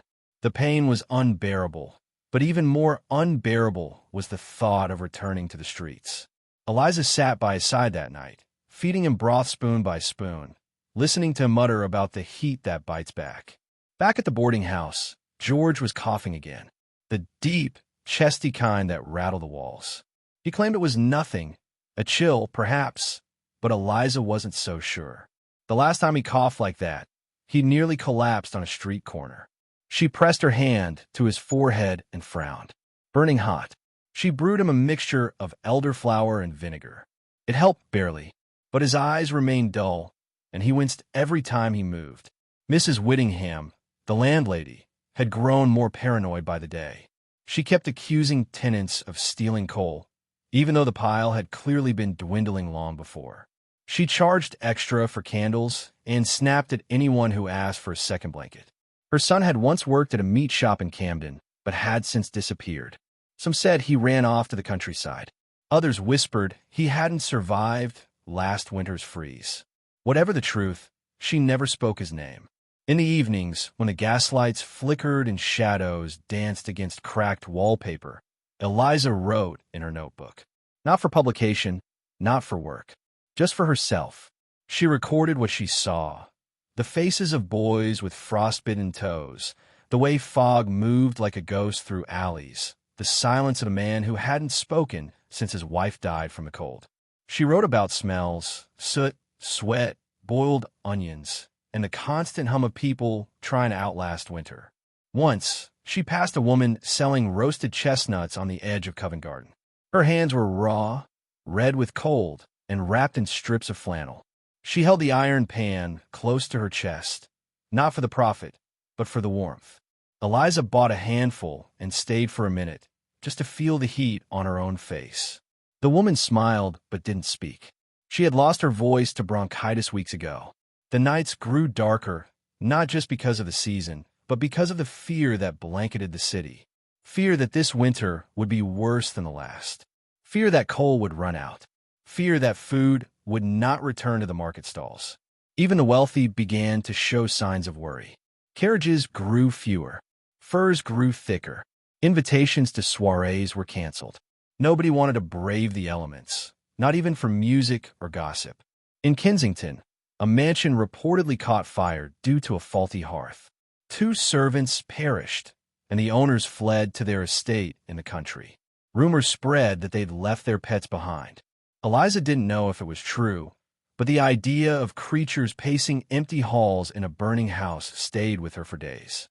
She visited James again, slipping into his room when no one noticed. He was paler now. His hands trembled when he reached for water. "They've started rationing," he whispered, his voice no louder than the scratch of a quill. "Even the guards are cold." "What about the papers?" she asked. "Anything useful?" James shook his head. "Nothing yet. But something's wrong. They're covering it up." Eliza frowned. "What do you mean?" He coughed. "The morgue is full. They've stopped listing names." She stared at him. "Why would they do that?" "To avoid panic," he whispered. Because they don't know who they are anymore." She sat back in her chair, suddenly colder than she had been all week. She thought of the unmarked cart she saw being pulled near the hospital, of the priest who stood alone in the graveyard last Thursday, of the child she passed on Baker Street whose lips were blue but whose eyes still searched for food. There were too many questions, too many missing pieces. And yet, one thing was clear. The city was suffering, and someone was making sure the worst of it remained hidden. Eliza left the infirmary just before midnight, her notebook pressed tightly against her chest. As she turned the corner near King's Cross, a figure emerged from the fog. Tall, wearing a long overcoat, with boots that didn't crunch in the snow. He didn't speak, just watched. And then, just as suddenly, he vanished into the shadows. She quickened her pace, because something was watching them, watching all of them. And winter had only just begun. Back in the cramped tenement off Spitalfields, Elsie lit the last stub of candle and placed it near the chipped mirror. The light flickered, throwing long shadows against the peeling walls. Each shadow looked like a person crouched or creeping. Her fingers trembled as she pulled the worn blanket tighter around Peter. He was wheezing again. The nights had become sharper, almost like blades slicing through the broken window panes. The tattered sackcloth they had stuffed in the cracks was soaked stiff with frost, offering no defense against the ice-cold breath of the city. Downstairs, someone shouted. Then glass broke. Then silence. It was like this almost every night now. Desperation pushing neighbors to do things they never would have imagined just a year before. The coal man hadn't been seen in days. The baker's shelves were mostly empty. And word had spread that another child had been found in the alley behind Brick Lane, covered in soot, frozen stiff, eyes open, looking at nothing. Elsie pressed her forehead to the edge of the window, the pain fogging with each breath. Somewhere in the distance, a cart creaked slowly along the cobbles. No horses, just a man pushing it. Probably another family moving, or maybe someone collecting scraps. Or bodies. The city had changed. Winters in Victorian London were always cruel, but this one felt different. Meaner, as if it had something personal against the poor. Even the Thames had begun to freeze in patches, thick ice crusting near the banks. The river, once alive with the movement of barges and ferrymen, now sat in eerie stillness, cloaked in fog and silence. Across town, Henry Layton, now working odd shifts for the city sanitation committee, was hauling ash carts through Whitechapel. His gloves were torn, and his boots were secondhand, the soles so thin that he often felt the cobblestones through them. But the work paid enough for him to get scraps, sometimes bread, sometimes suet if he was lucky. That night, after dumping a load behind a collapsed chimney stack, he paused. Something in the ash pile wasn't right. He saw what looked like fabric, blue and stiff. A child's sleeve. He stood frozen for a second, then slowly reached down and brushed the soot away. A tiny hand, cold as stone. He didn't say anything, just stood there, staring, while his breath puffed white clouds into the bitter air. He knew what would happen next. Someone would come. They'd write a name down, if they knew it. Probably bury the child in a shared grave or cart them off to the infirmary for examination. But nothing would change. This had happened before, and it would happen again. Henry kept it to himself, but haunted him all night. That face, small, pale, mouth slightly open. He'd seen it in dreams, and now it was real. The brutal winter was leaving marks everywhere, but no one seemed to notice unless it landed in the posh parts of town.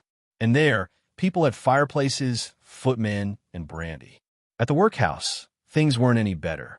Mary, who'd been trying to keep spirits up, was starting to lose faith. Supplies were low. More people were arriving each day, and the staff could barely keep up.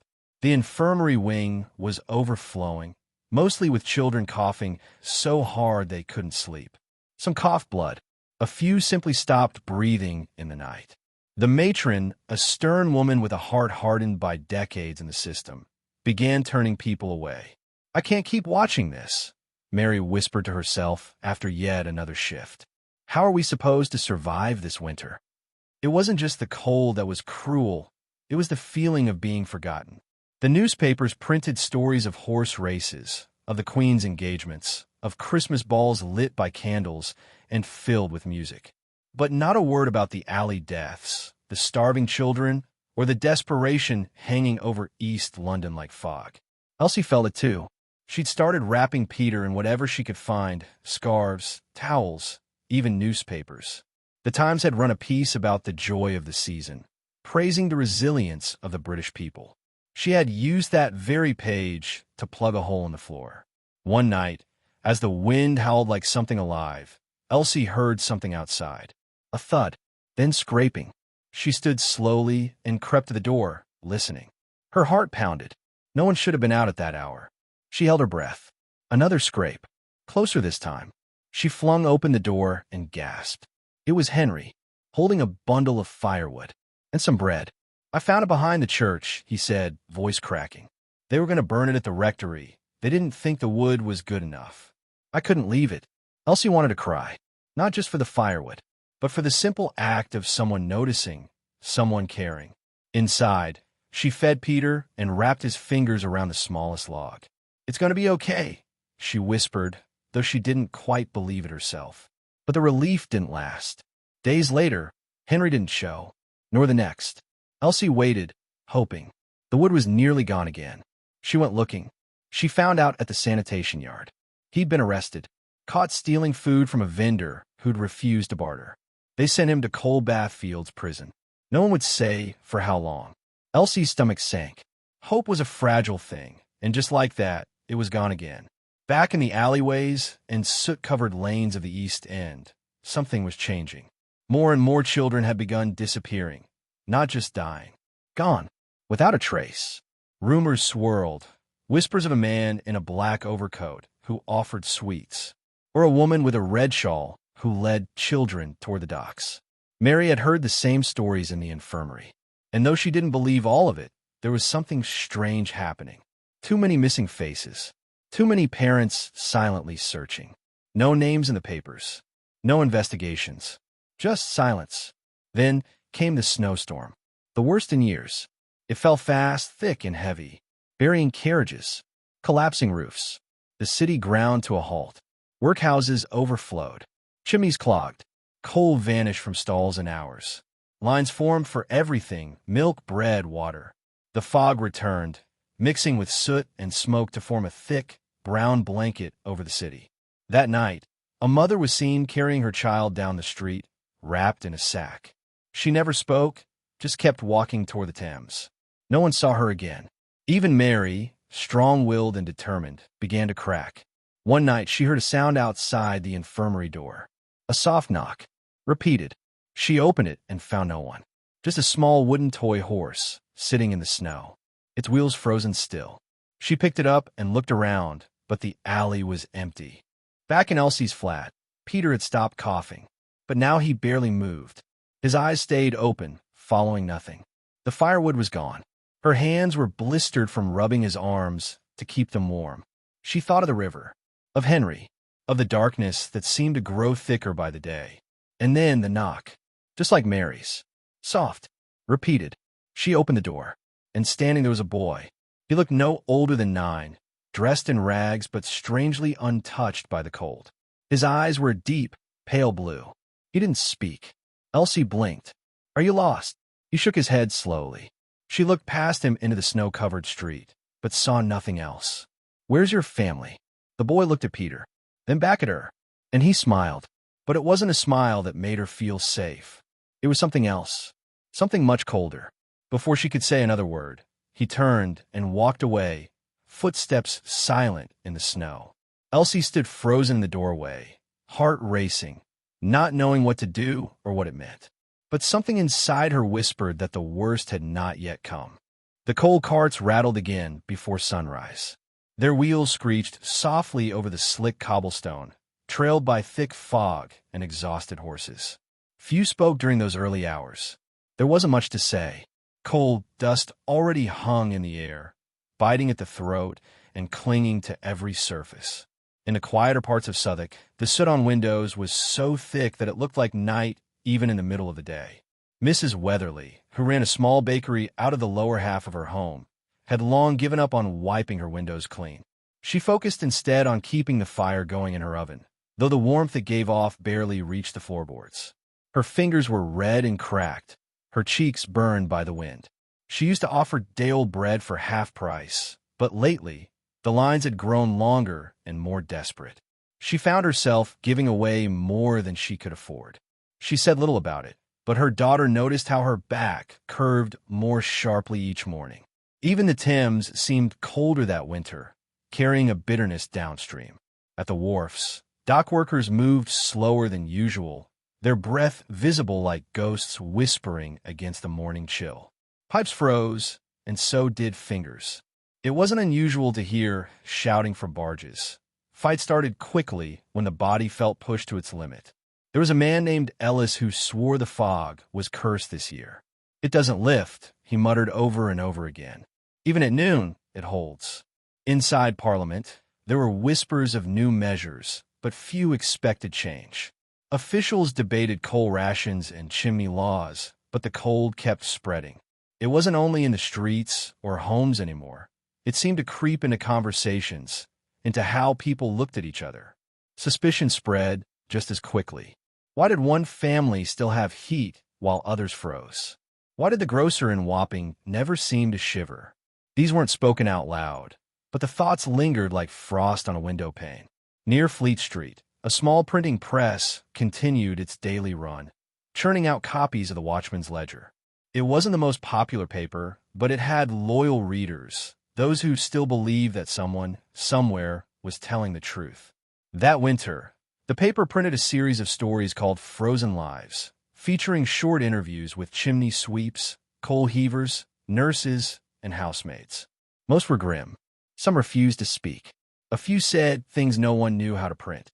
One of the articles mentioned a woman named Clara Pike. She'd once worked in a grand house just west of Hyde Park, but left without explanation. The paper said she now lived in a small alley off Drury Lane, helping orphans survive by boiling whatever scraps she could find in a stew. They said she never spoke of the house she'd left, but every week she lit a single candle at exactly midnight and placed it in the alley's darkest corner. No one knew why, but one night, a boy followed her quietly, crouched behind a stack of crates. When she lit the candle and stepped back, someone stepped out of the shadows and whispered to her. The boy said he couldn't see the man's face, only that he wore gloves and never once looked at Clara. The story was buried inside the newspaper's 5th page, mostly unnoticed. But for those who paid attention, it was another thread in a growing pattern.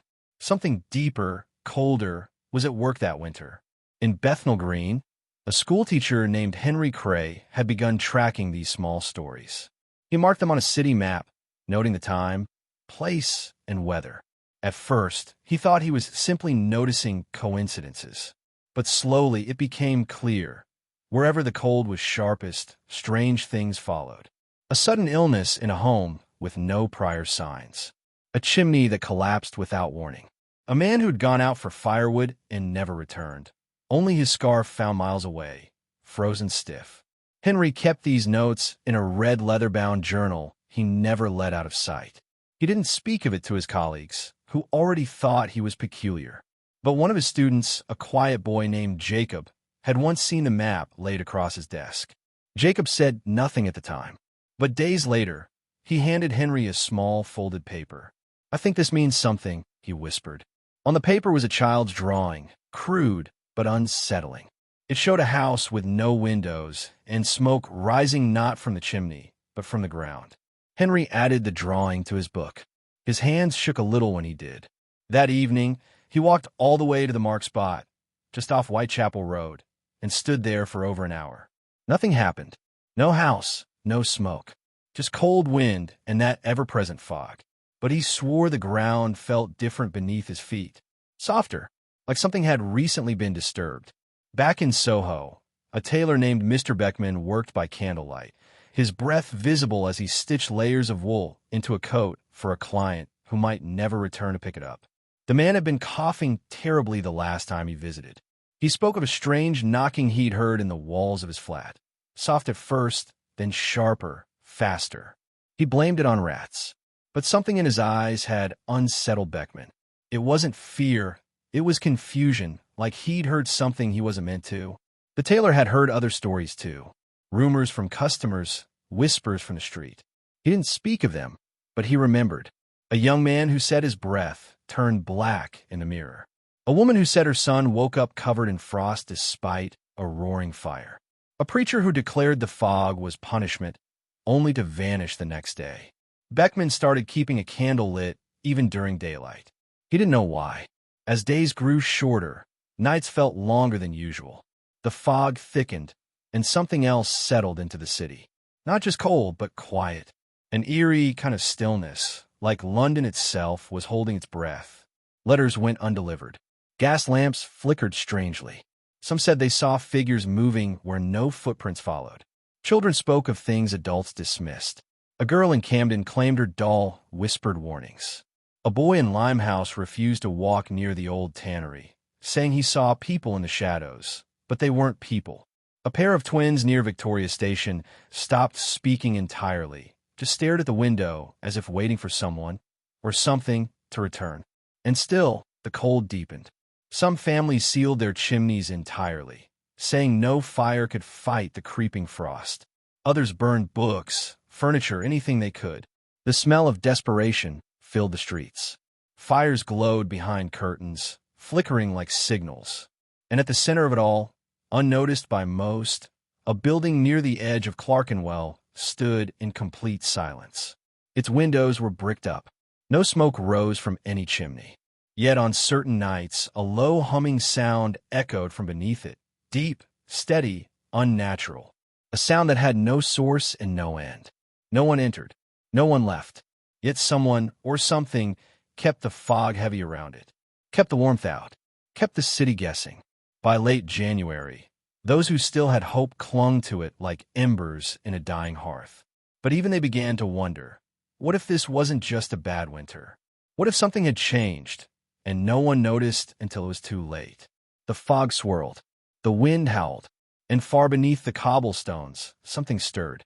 The wind had picked up again, scraping frost against the window panes and howling down the narrow alleys like a warning whispered too late. On the street below, the black fog clung to everything, coats, carts, even the weary faces of chimney sweeps heading home. But in the back parlor of Mrs. Clay's boarding house, the fire had gone out.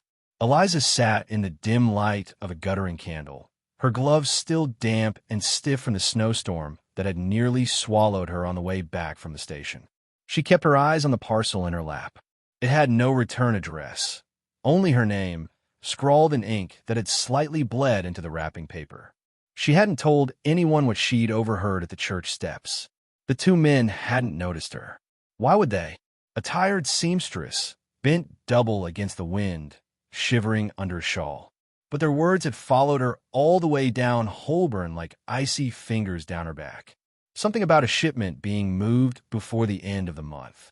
Something about the rooms and a name she hadn't heard in years. Burnley. Burnley was more than a name. He was a shadow that had lingered over her brother's disappearance 3 winters ago. A constable at the time had mentioned it during the search. One of those slip-ups officials make when they think you're too lost in grief to listen closely. Eliza had remembered, and now, somehow, it had returned to her in whispers carried by strangers in the dark. She slowly unwrapped the parcel, the brown paper crinkling like dry leaves. Inside was a thick piece of wax-sealed parchment. Tucked beneath it, a tarnished silver brooch she recognized instantly, her brother's. Her breath caught in her throat. The brooch had been a gift from their father, passed down from the old farm in Yorkshire. She had cleaned it the day before Thomas disappeared. It was scratched now, and there was something dark clinging to the pin. She didn't want to guess what it was.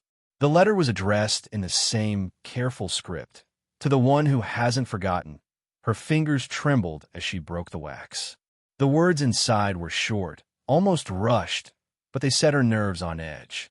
Asterisk if you want answers. Follow the bellman past the gin house on Thursday night. But come alone. No constables. No lamps. Asterisk. That was all. No name. No promise. Just a time and a place hidden in code. Eliza folded the letter carefully and placed it back in the envelope. Her mind was spinning. The bellman only passed twice a week, and Thursday was tomorrow. She knew the gin house on Narrow Street. It was a haunt for sailors and dock workers, rough men with tired eyes and knuckles turned hard by cold and poverty. That night, she couldn't sleep. The cold in her room was biting, and the sound of coughing echoed from the floors above and below. She thought of the factory girls packed 5 to a room, their hands blistered from the dye vats, and the children on the corner who traded matches and buttons for bread. She thought of the frozen bodies found every winter near the Thames, unclaimed and unnamed. She didn't want Thomas to be one of them. She needed to know if he still lived, if this strange message and the brooch meant he was reaching out, or if someone wanted her to believe that. The following evening, she wrapped herself in her thickest coat and headed out just after the bells of St. Dunstan rang 7. The streets were slick with ice. She passed the old candle shop on Limehouse, shuttered now, and the bakery with its windows steamed up from heat that couldn't quite reach the customers inside. The gin house loomed at the end of the lane, spilling yellow light and coarse laughter into the street. She waited across from it, near the alley mouth where the shadows pooled deepest. At precisely 7:30, she heard the faint jingle of a bell. The bellman came slowly into view, lantern swinging low at his side, calling out the weather in a voice hoarse from years of frost. Clear skies and bitter cold tonight. Mind your windows and your pipes. Eliza stepped from the alley and followed him quietly. He didn't turn, didn't pause, but as he passed the last set of stairs before the docks, he tipped his hat in her direction. She took that as her signal and slipped down the narrow stone steps behind him. At the bottom, a heavy iron gate stood open. Beyond it was a tunnel lined with flickering gaslights and water-stained bricks. She hesitated only a second before entering. The air was warmer down here, but not by much. The sound of the city faded behind her, replaced by the distant echo of voices and dripping water. The tunnel bent to the left, then split. A figure stood, waiting where the two paths met. A tall man in a wool coat, face half hidden by a scarf. He didn't speak. Instead, he handed her a second envelope, then disappeared into the tunnel behind him without another glance. Eliza opened it on the spot. This message was even shorter. Asterisk, he's not in London anymore. They moved him after he saw too much. Burnley knows. You must go north, asterisk. She felt her knees weaken. Go north? To where? She didn't have money for a journey, nor the strength to go chasing ghosts across the country. But if the letter was real, then her brother had been taken. Not lost. Not dead. Taken. As she climbed back into the street, a light snow began to fall again. She turned up her collar and ducked her head, but something fell off. The gaslight behind her flickered strangely. A man in a dark cap stood just across the street, pretending to light a cigarette. He wasn't from the gin house. His coat was too clean, and his eyes watched too closely. She quickened her pace, not daring to look back. That night, as she tried to warm her fingers near a dying ember, she realized something else. The silver brooch, it had been cleaned, then redirted. That smear on the pin wasn't dry blood. It was paint, black paint, Someone had wanted her to think it had been torn from her brother in violence. Why? It was too much of a coincidence. First the overheard conversation, then the parcel, and now a stranger watching her in the snow. Back in Westminster, the fog thickened around Parliament, where debates about the new poor laws and factory regulations had grown heated. No one wanted to acknowledge that more bodies were appearing under the bridges than ever before. A handful of MPs raised the alarm about missing laborers and dock workers vanishing after dusk, but they were drowned out by louder voices blaming moral decay and foreign influence.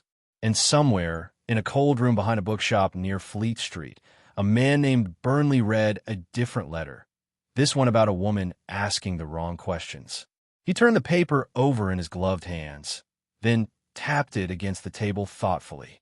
"Find her," he said quietly to the man seated across from him. "But don't scare her off." Not yet. Outside, the snow kept falling. A sudden howl cut through the frozen silence of the alleyway like a blade. It wasn't the wind this time. Mary froze mid-step, clutching the shawl tighter around her shoulders. It sounded like a scream, sharp, short, then swallowed by the damp, heavy fog curling through the streets like smoke from a dying fire. Mrs. Dorsey, the midwife who had followed Mary to deliver supplies, stopped just behind her. They didn't speak. They didn't have to. Something was wrong. Again, a chimney sweep's cap lay in the snow up ahead, half buried, still warm to the touch when Mary reached down. No boy in sight, just a faint drag of footprints leading behind a stack of crates. She followed the trail with cautious steps, each footfall muffled by the snow. And there, between the crates and a brick wall, was the boy, curled up, eyes wide with shock. No blood, no bruises, just cold and something worse. Fear. Something had scared him stiff. It took several minutes before he could whisper what he'd seen. A man with glass eyes. Said I was next. Mary exchanged a glance with Mrs. Dorsey. Glass eyes. That wasn't the first time they'd heard that phrase lately. Children had been talking. Rumors at first. A man with no breath, face smooth like a doll's, who only showed up during the deepest of winter nights. The kind of tale meant to scare kids away from wandering too far. But now, it was getting harder to laugh it off. Back at the small clinic near Camden Passage, Mary laid the boy down on a cot by the stove while Mrs. Dorsey checked him for injuries. Outside, bells rang faintly in the distance. St. Paul's, probably counting down the hour. Midnight, the worst time to be out in London's winter. Not because of the cold, but because of what the cold brought with it. People whispered that it wasn't just frost that crept in after dark. There were other things. Men without names, eyes watching from behind fogged windows, and footsteps that didn't match the echo. Mary stirred a pot of broth with shaking hands. She wanted to believe it was just exhaustion, or hunger, or grief. But the more nights she spent wandering these alleys and listening to the forgotten people, the clearer the truth became. London's winters had never been just cold. They were cruel, and somehow, this year, they felt alive. Mr. Plimpton, the historian who'd been living above the watchmaker's shop on Bruton Street, had warned her 2 weeks ago. He was odd, yes, and far too excited by dusty journals and old ledgers, but his words lingered. They sealed something under the streets, Mary, a pact made long ago. Cold keeps it sleeping, but the city's shifting. Old tunnels are opening. She'd brushed it off then, distracted by the growing list of patients suffering from frostbite and lung sickness. But now, with the boy's trembling words fresh in her mind, and the glass-eyed man becoming a common whisper among the poor, she began to wonder if Plimpton had been right. Outside, the gas lamps flickered again, shadows curling where there should have been none. Snow drifted sideways in the wind, fine as flour and eerily silent. Mary leaned toward the window and blinked. A figure stood across the street, unmoving. Tall, wrapped in a coat that didn't sway with the breeze. Face turned up toward the clinic window. She couldn't see the eyes, but her chest tightened as if she already knew. Then the figure turned and disappeared into the mist. That night, Mary couldn't sleep. The fire in the hearth crackled low, and the shadows danced along the walls. She kept thinking of the patterns she'd seen. Maps Plimpton had shown her, old sewer layouts beneath the city. The paths matched the areas where people had gone missing. Old Victorian frost shelters now abandoned. Tunnels sealed after a cholera outbreak in 1849. Places cold and forgotten. When morning came, pale and sluggish behind the thick clouds, she walked back toward Plimpton's place. The historian hadn't answered his door in days. The watchmaker downstairs said he'd heard strange knocking noises the night before. But no footsteps, just the knock. Then silence. Mary forced the door open. The room smelled of ink, damp wool, and something faintly metallic. Books were scattered everywhere. Half a dozen journals lay open on his desk, all filled with frantic scribbles. One sentence repeated several times across different pages. The cold is not empty. His coat still hung on the hook. His teacup still sat, half full on the sill. But Plimpton was gone. Mary took the journals and ran. Whatever he had been trying to document wasn't just some academic curiosity. Something was happening. Something old. And this city, with its maze of tunnels, fog-covered alleys, and endless noise, was hiding it in plain sight. The cold wasn't just a season anymore. It was part of something deeper, something rising. Back at the clinic, she opened one of the books and traced the lines of an old map. There were marks along the Thames, ancient frost wells, places where heat supposedly disappeared faster than anywhere else. One of them was beneath the old workhouse on Mill Lane. That building had been closed since the fire 10 years ago, but no one ever tore it down. It just sat there, waiting. That night, despite her instincts screaming otherwise, she went. She had to see it for herself. The workhouse was a hulking black shape against the snow. Broken windows stared back like hollow eyes. The door creaked open with a groan that seemed to echo underground. She stepped inside. The air inside was colder than outside. Not just winter cold, something deeper. Her breath didn't fog. Her fingers stiffened instantly. She lit a lantern and moved forward. Down the corridor, past the burned dining hall, past what once had been a dormitory. Then she heard it. A whisper. Not words. Just breath. In and out. But no one was there. Only a wall. And behind it, stone steps leading down. A trapdoor, hidden behind rotted boards and ash. She opened it. The cold hit her like a wall. Below was a tunnel. Not built by the Victorians. Much older. The walls were stone, slick with ice, carved with marks she didn't recognize. She didn't know how long she descended. Time felt strange down there. Minutes stretched. Her lamp flickered. Somewhere in the dark, she heard metal scraping on stone. Then she saw it, an iron gate, ancient, covered in frost. And just beyond it, a chamber. The walls pulsed slightly, as if breathing. And in the center, a figure stood, facing away. Still, silent. It turned slowly. Mary couldn't scream. She couldn't move. The face was smooth. No eyes. No mouth. Just ice and silence. And then it spoke without sound. You open the gate. The knock at the door echoed like a cannon blast through the hollow bones of the half-frozen house. Eliza flinched, her breath catching in her throat as the sound bounced off the frost-bitten walls.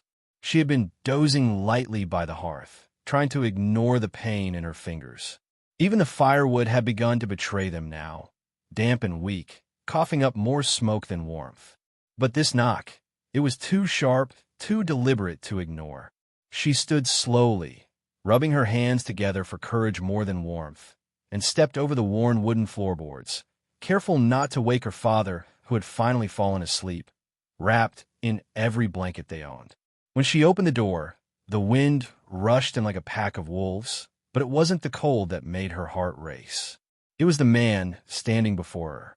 Not the lamplighter, not the milkman, not even old Mr. Grady from across the alley. No, this man wore a black coat lined with red piping, and though his boots were caked with snow, they glinted with polish beneath. His face was clean-shaven, and the square set of his jaw marked him as military, or former military. He looked past Eliza without a word and into the dimness behind her. "Eliza Wickham?" he asked at last. She nodded cautiously. He reached into his coat and pulled out a folded note, sealed with dark wax. "I need you to come with me. It's about your brother." The world stopped for a second. "What about him?" "He's dead," she whispered. "No, Miss Wickham," the man said, stepping forward so the flickering gaslight caught his eyes. "He's not." The words hit her like a shovel to the chest. Eliza's thoughts spun. William had died in India 2 winters ago. At least that's what the telegram said. A fever. Quickly. Painlessly. But now? Now the stranger stood in her doorway, cheeks chapped red from the cold, talking as if the dead might walk again. She looked back at her father, sleeping by the hearth. His health had slipped further with every frost that rolled in. Bringing hope into this house was dangerous. It could crack what little remained of their strength. Eliza swallowed. "I can't leave him. Not in this weather. Not alone. He'll be cared for," the man said gently.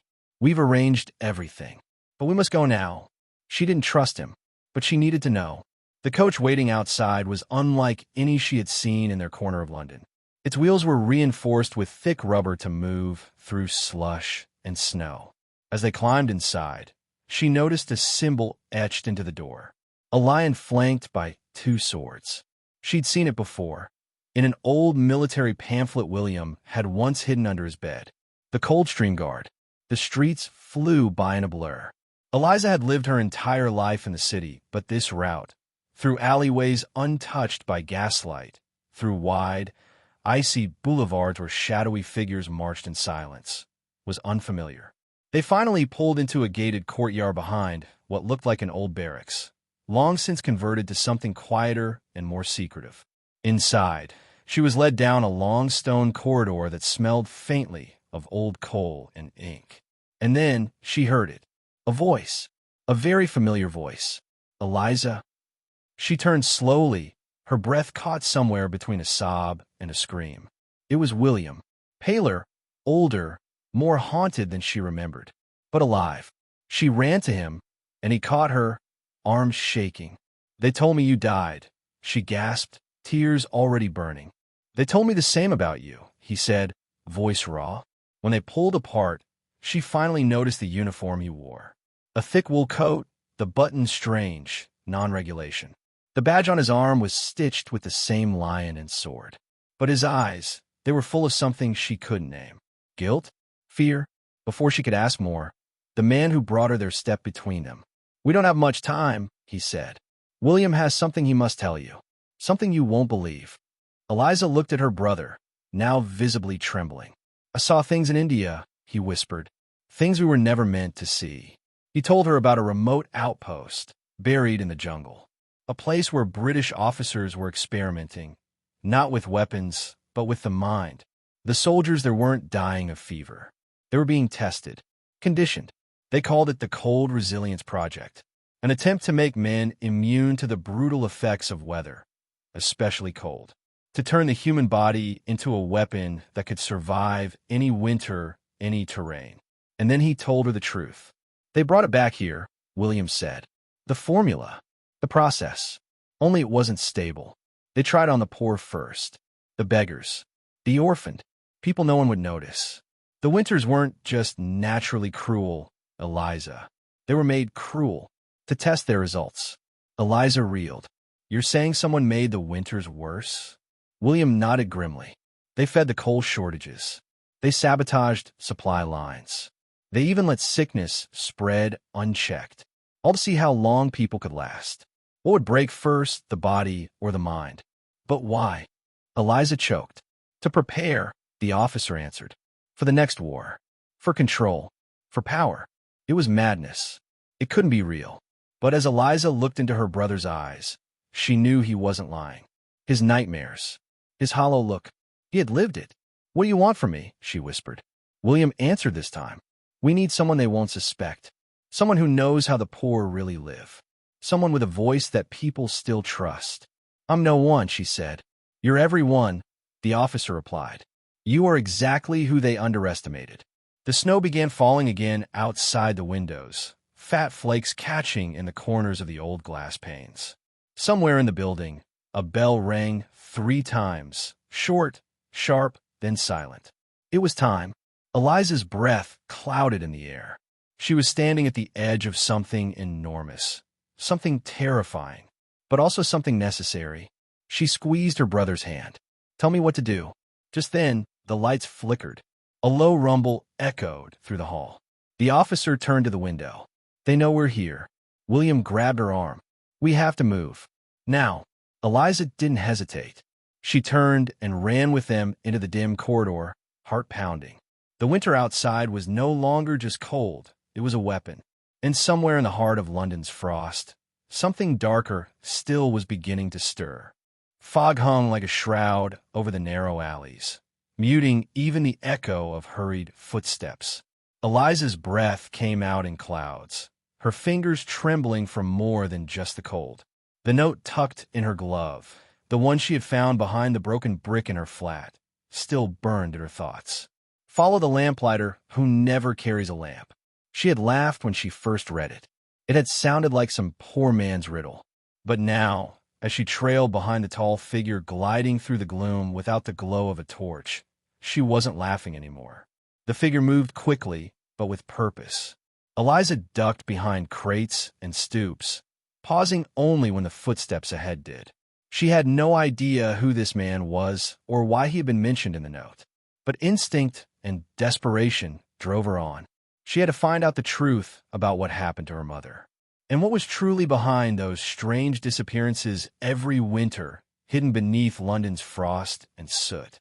Suddenly, the man turned a sharp corner and vanished down a staircase that led into what looked like an old warehouse by the river. Eliza hesitated, heart pounding, then followed. The air grew colder as she descended. The scent of mildew, coal smoke, and old seawater curled through the corridor like ghosts of the Thames. She stepped lightly, boots crunching on frost that had somehow crept indoors. The only light came from thin slivers that leaked through cracks in the boards overhead. Below, the man approached a door made of thick iron. He knocked in a pattern, slow, fast, slow, and it creaked open. Eliza inched closer, squinting. Inside was a dimly lit room with long tables, soot-streaked walls, and bundles of blankets.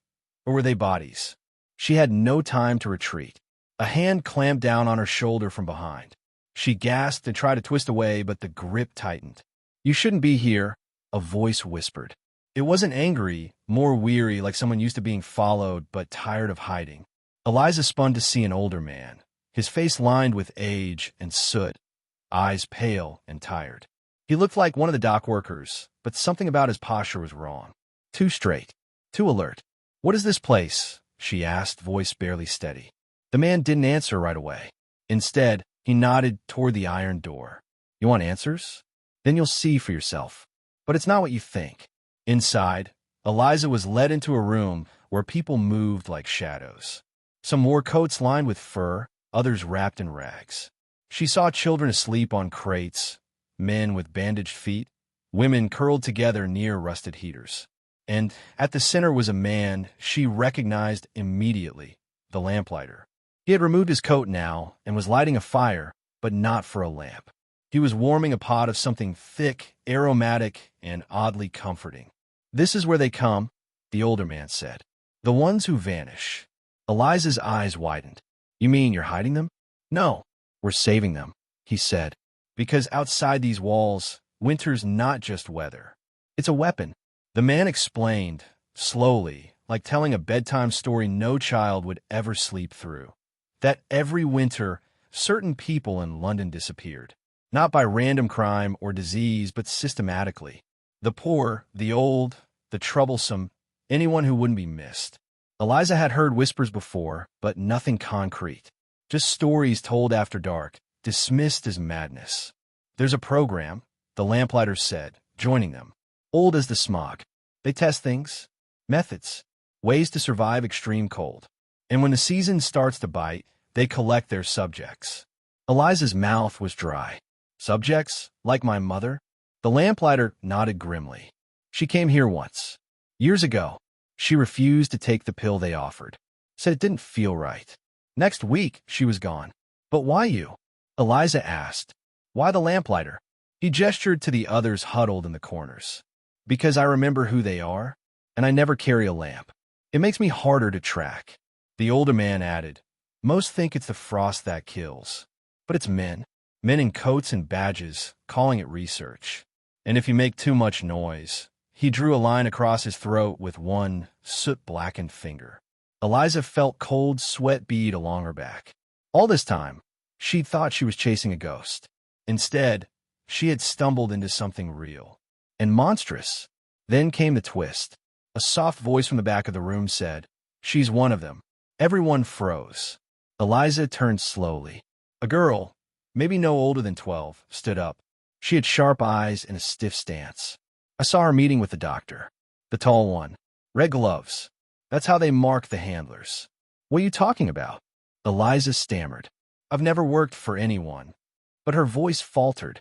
The girl stepped forward, eyes locked on Eliza's left hand. There, barely visible in the glow of the firelight, was a faint red smudge near the wrist, the same place where the doctor had brushed her skin when they passed on the street last week. She had thought it was nothing, a bump, but the mark remained. The lamplighter's face darkened.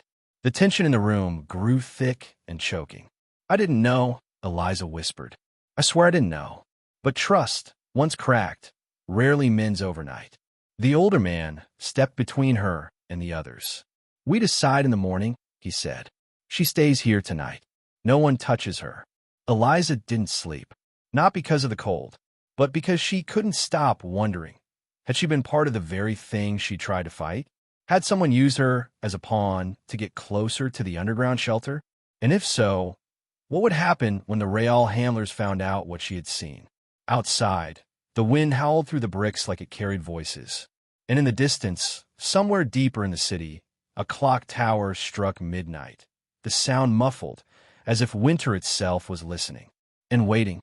In the days after the final snow had melted and the soot-black puddles along the cobbled streets had dried into dust, London looked different. Not just in color or temperature, but in feeling. The biting cold that had once held the city hostage was gone, but the memories of that brutal Victorian winter had left something behind, something that couldn't be swept away with the thaw. There were faces missing from windows, stalls left empty in the markets, and silence in places once full of laughter and conversation. For those who survived, survival alone didn't feel like a victory. It felt more like being left behind in a world that had quietly changed. Clara stood by the gate of St. Thomas's Hospital, her shawl tight around her shoulders though the wind had softened. She looked older now, not in years but in wear. Her hands bore the redness of a winter spent scrubbing, feeding, stitching, and burying. The children in her care had dwindled. Some had been claimed by fever, others by the cold, and one, a boy named Harry, simply disappeared one morning into the white mist and was never found. But those who remained looked at her with quiet trust, as if they knew she'd stood in the cold so they wouldn't have to. On the other side of the city, near the rookeries of Seven Dials, Thomas hung his hat on a peg by the hearth and sank into a wooden chair. He was different, too. After weeks of hauling coal, saving pennies, and making tough choices, like giving up his own meals so his wife and baby could eat, he'd somehow made it through. Barely. His fingers still trembled from the frostbite, and one ear would never fully heal, but he'd kept his family together. That, in the end, was all he'd really wanted. The city had learned things that winter, things no one wrote in the newspapers or whispered at church. That the cold didn't care about class. That fog could hide more than smoke. That even when the ice melted, the scars beneath stayed frozen in place. But people also discovered other things, small things that mattered deeply. Like how one hot potato pass from hand to hand could bring a whole alley of strangers together. How a neighbor's candle could light 5 homes, not just one. And how even in the bleakest darkness, a song, a shared story, or a simple act of kindness could feel warmer than any fire. Edward, the journalist who had spent months collecting stories from the slums and writing about conditions no one wanted to see, finally saw his work published. It was tucked inside a local periodical, not a major one, but enough people read it to stir conversation. One of his pieces described a family who'd lived in a single-room cellar, flooding every night with sewage and freezing rain. It ended with a plea, not for charity, but for dignity. And while no law changed overnight, Edward did receive a letter from a member of Parliament asking to meet. It was small, but it was a start. Elsewhere, in the heart of Westminster, Mrs. Linton read Edward's article in silence. She had been among the wealthy who'd kept to their firesides and thick velvet curtains, unaware of the bitter cold that gripped the other half of the city. But something about the article, about the rawness of it, stayed with her. It wasn't just words, it was people. Her people. That week, she began to fund bread and broth kitchens through local churches, though she did so anonymously. She didn't want praise. She wanted change. And then there was Father Abel, the priest who had once kept his chapel doors shut tight in fear of theft and frostbite had, after that brutal night of sheltering dozens inside, never shut them again.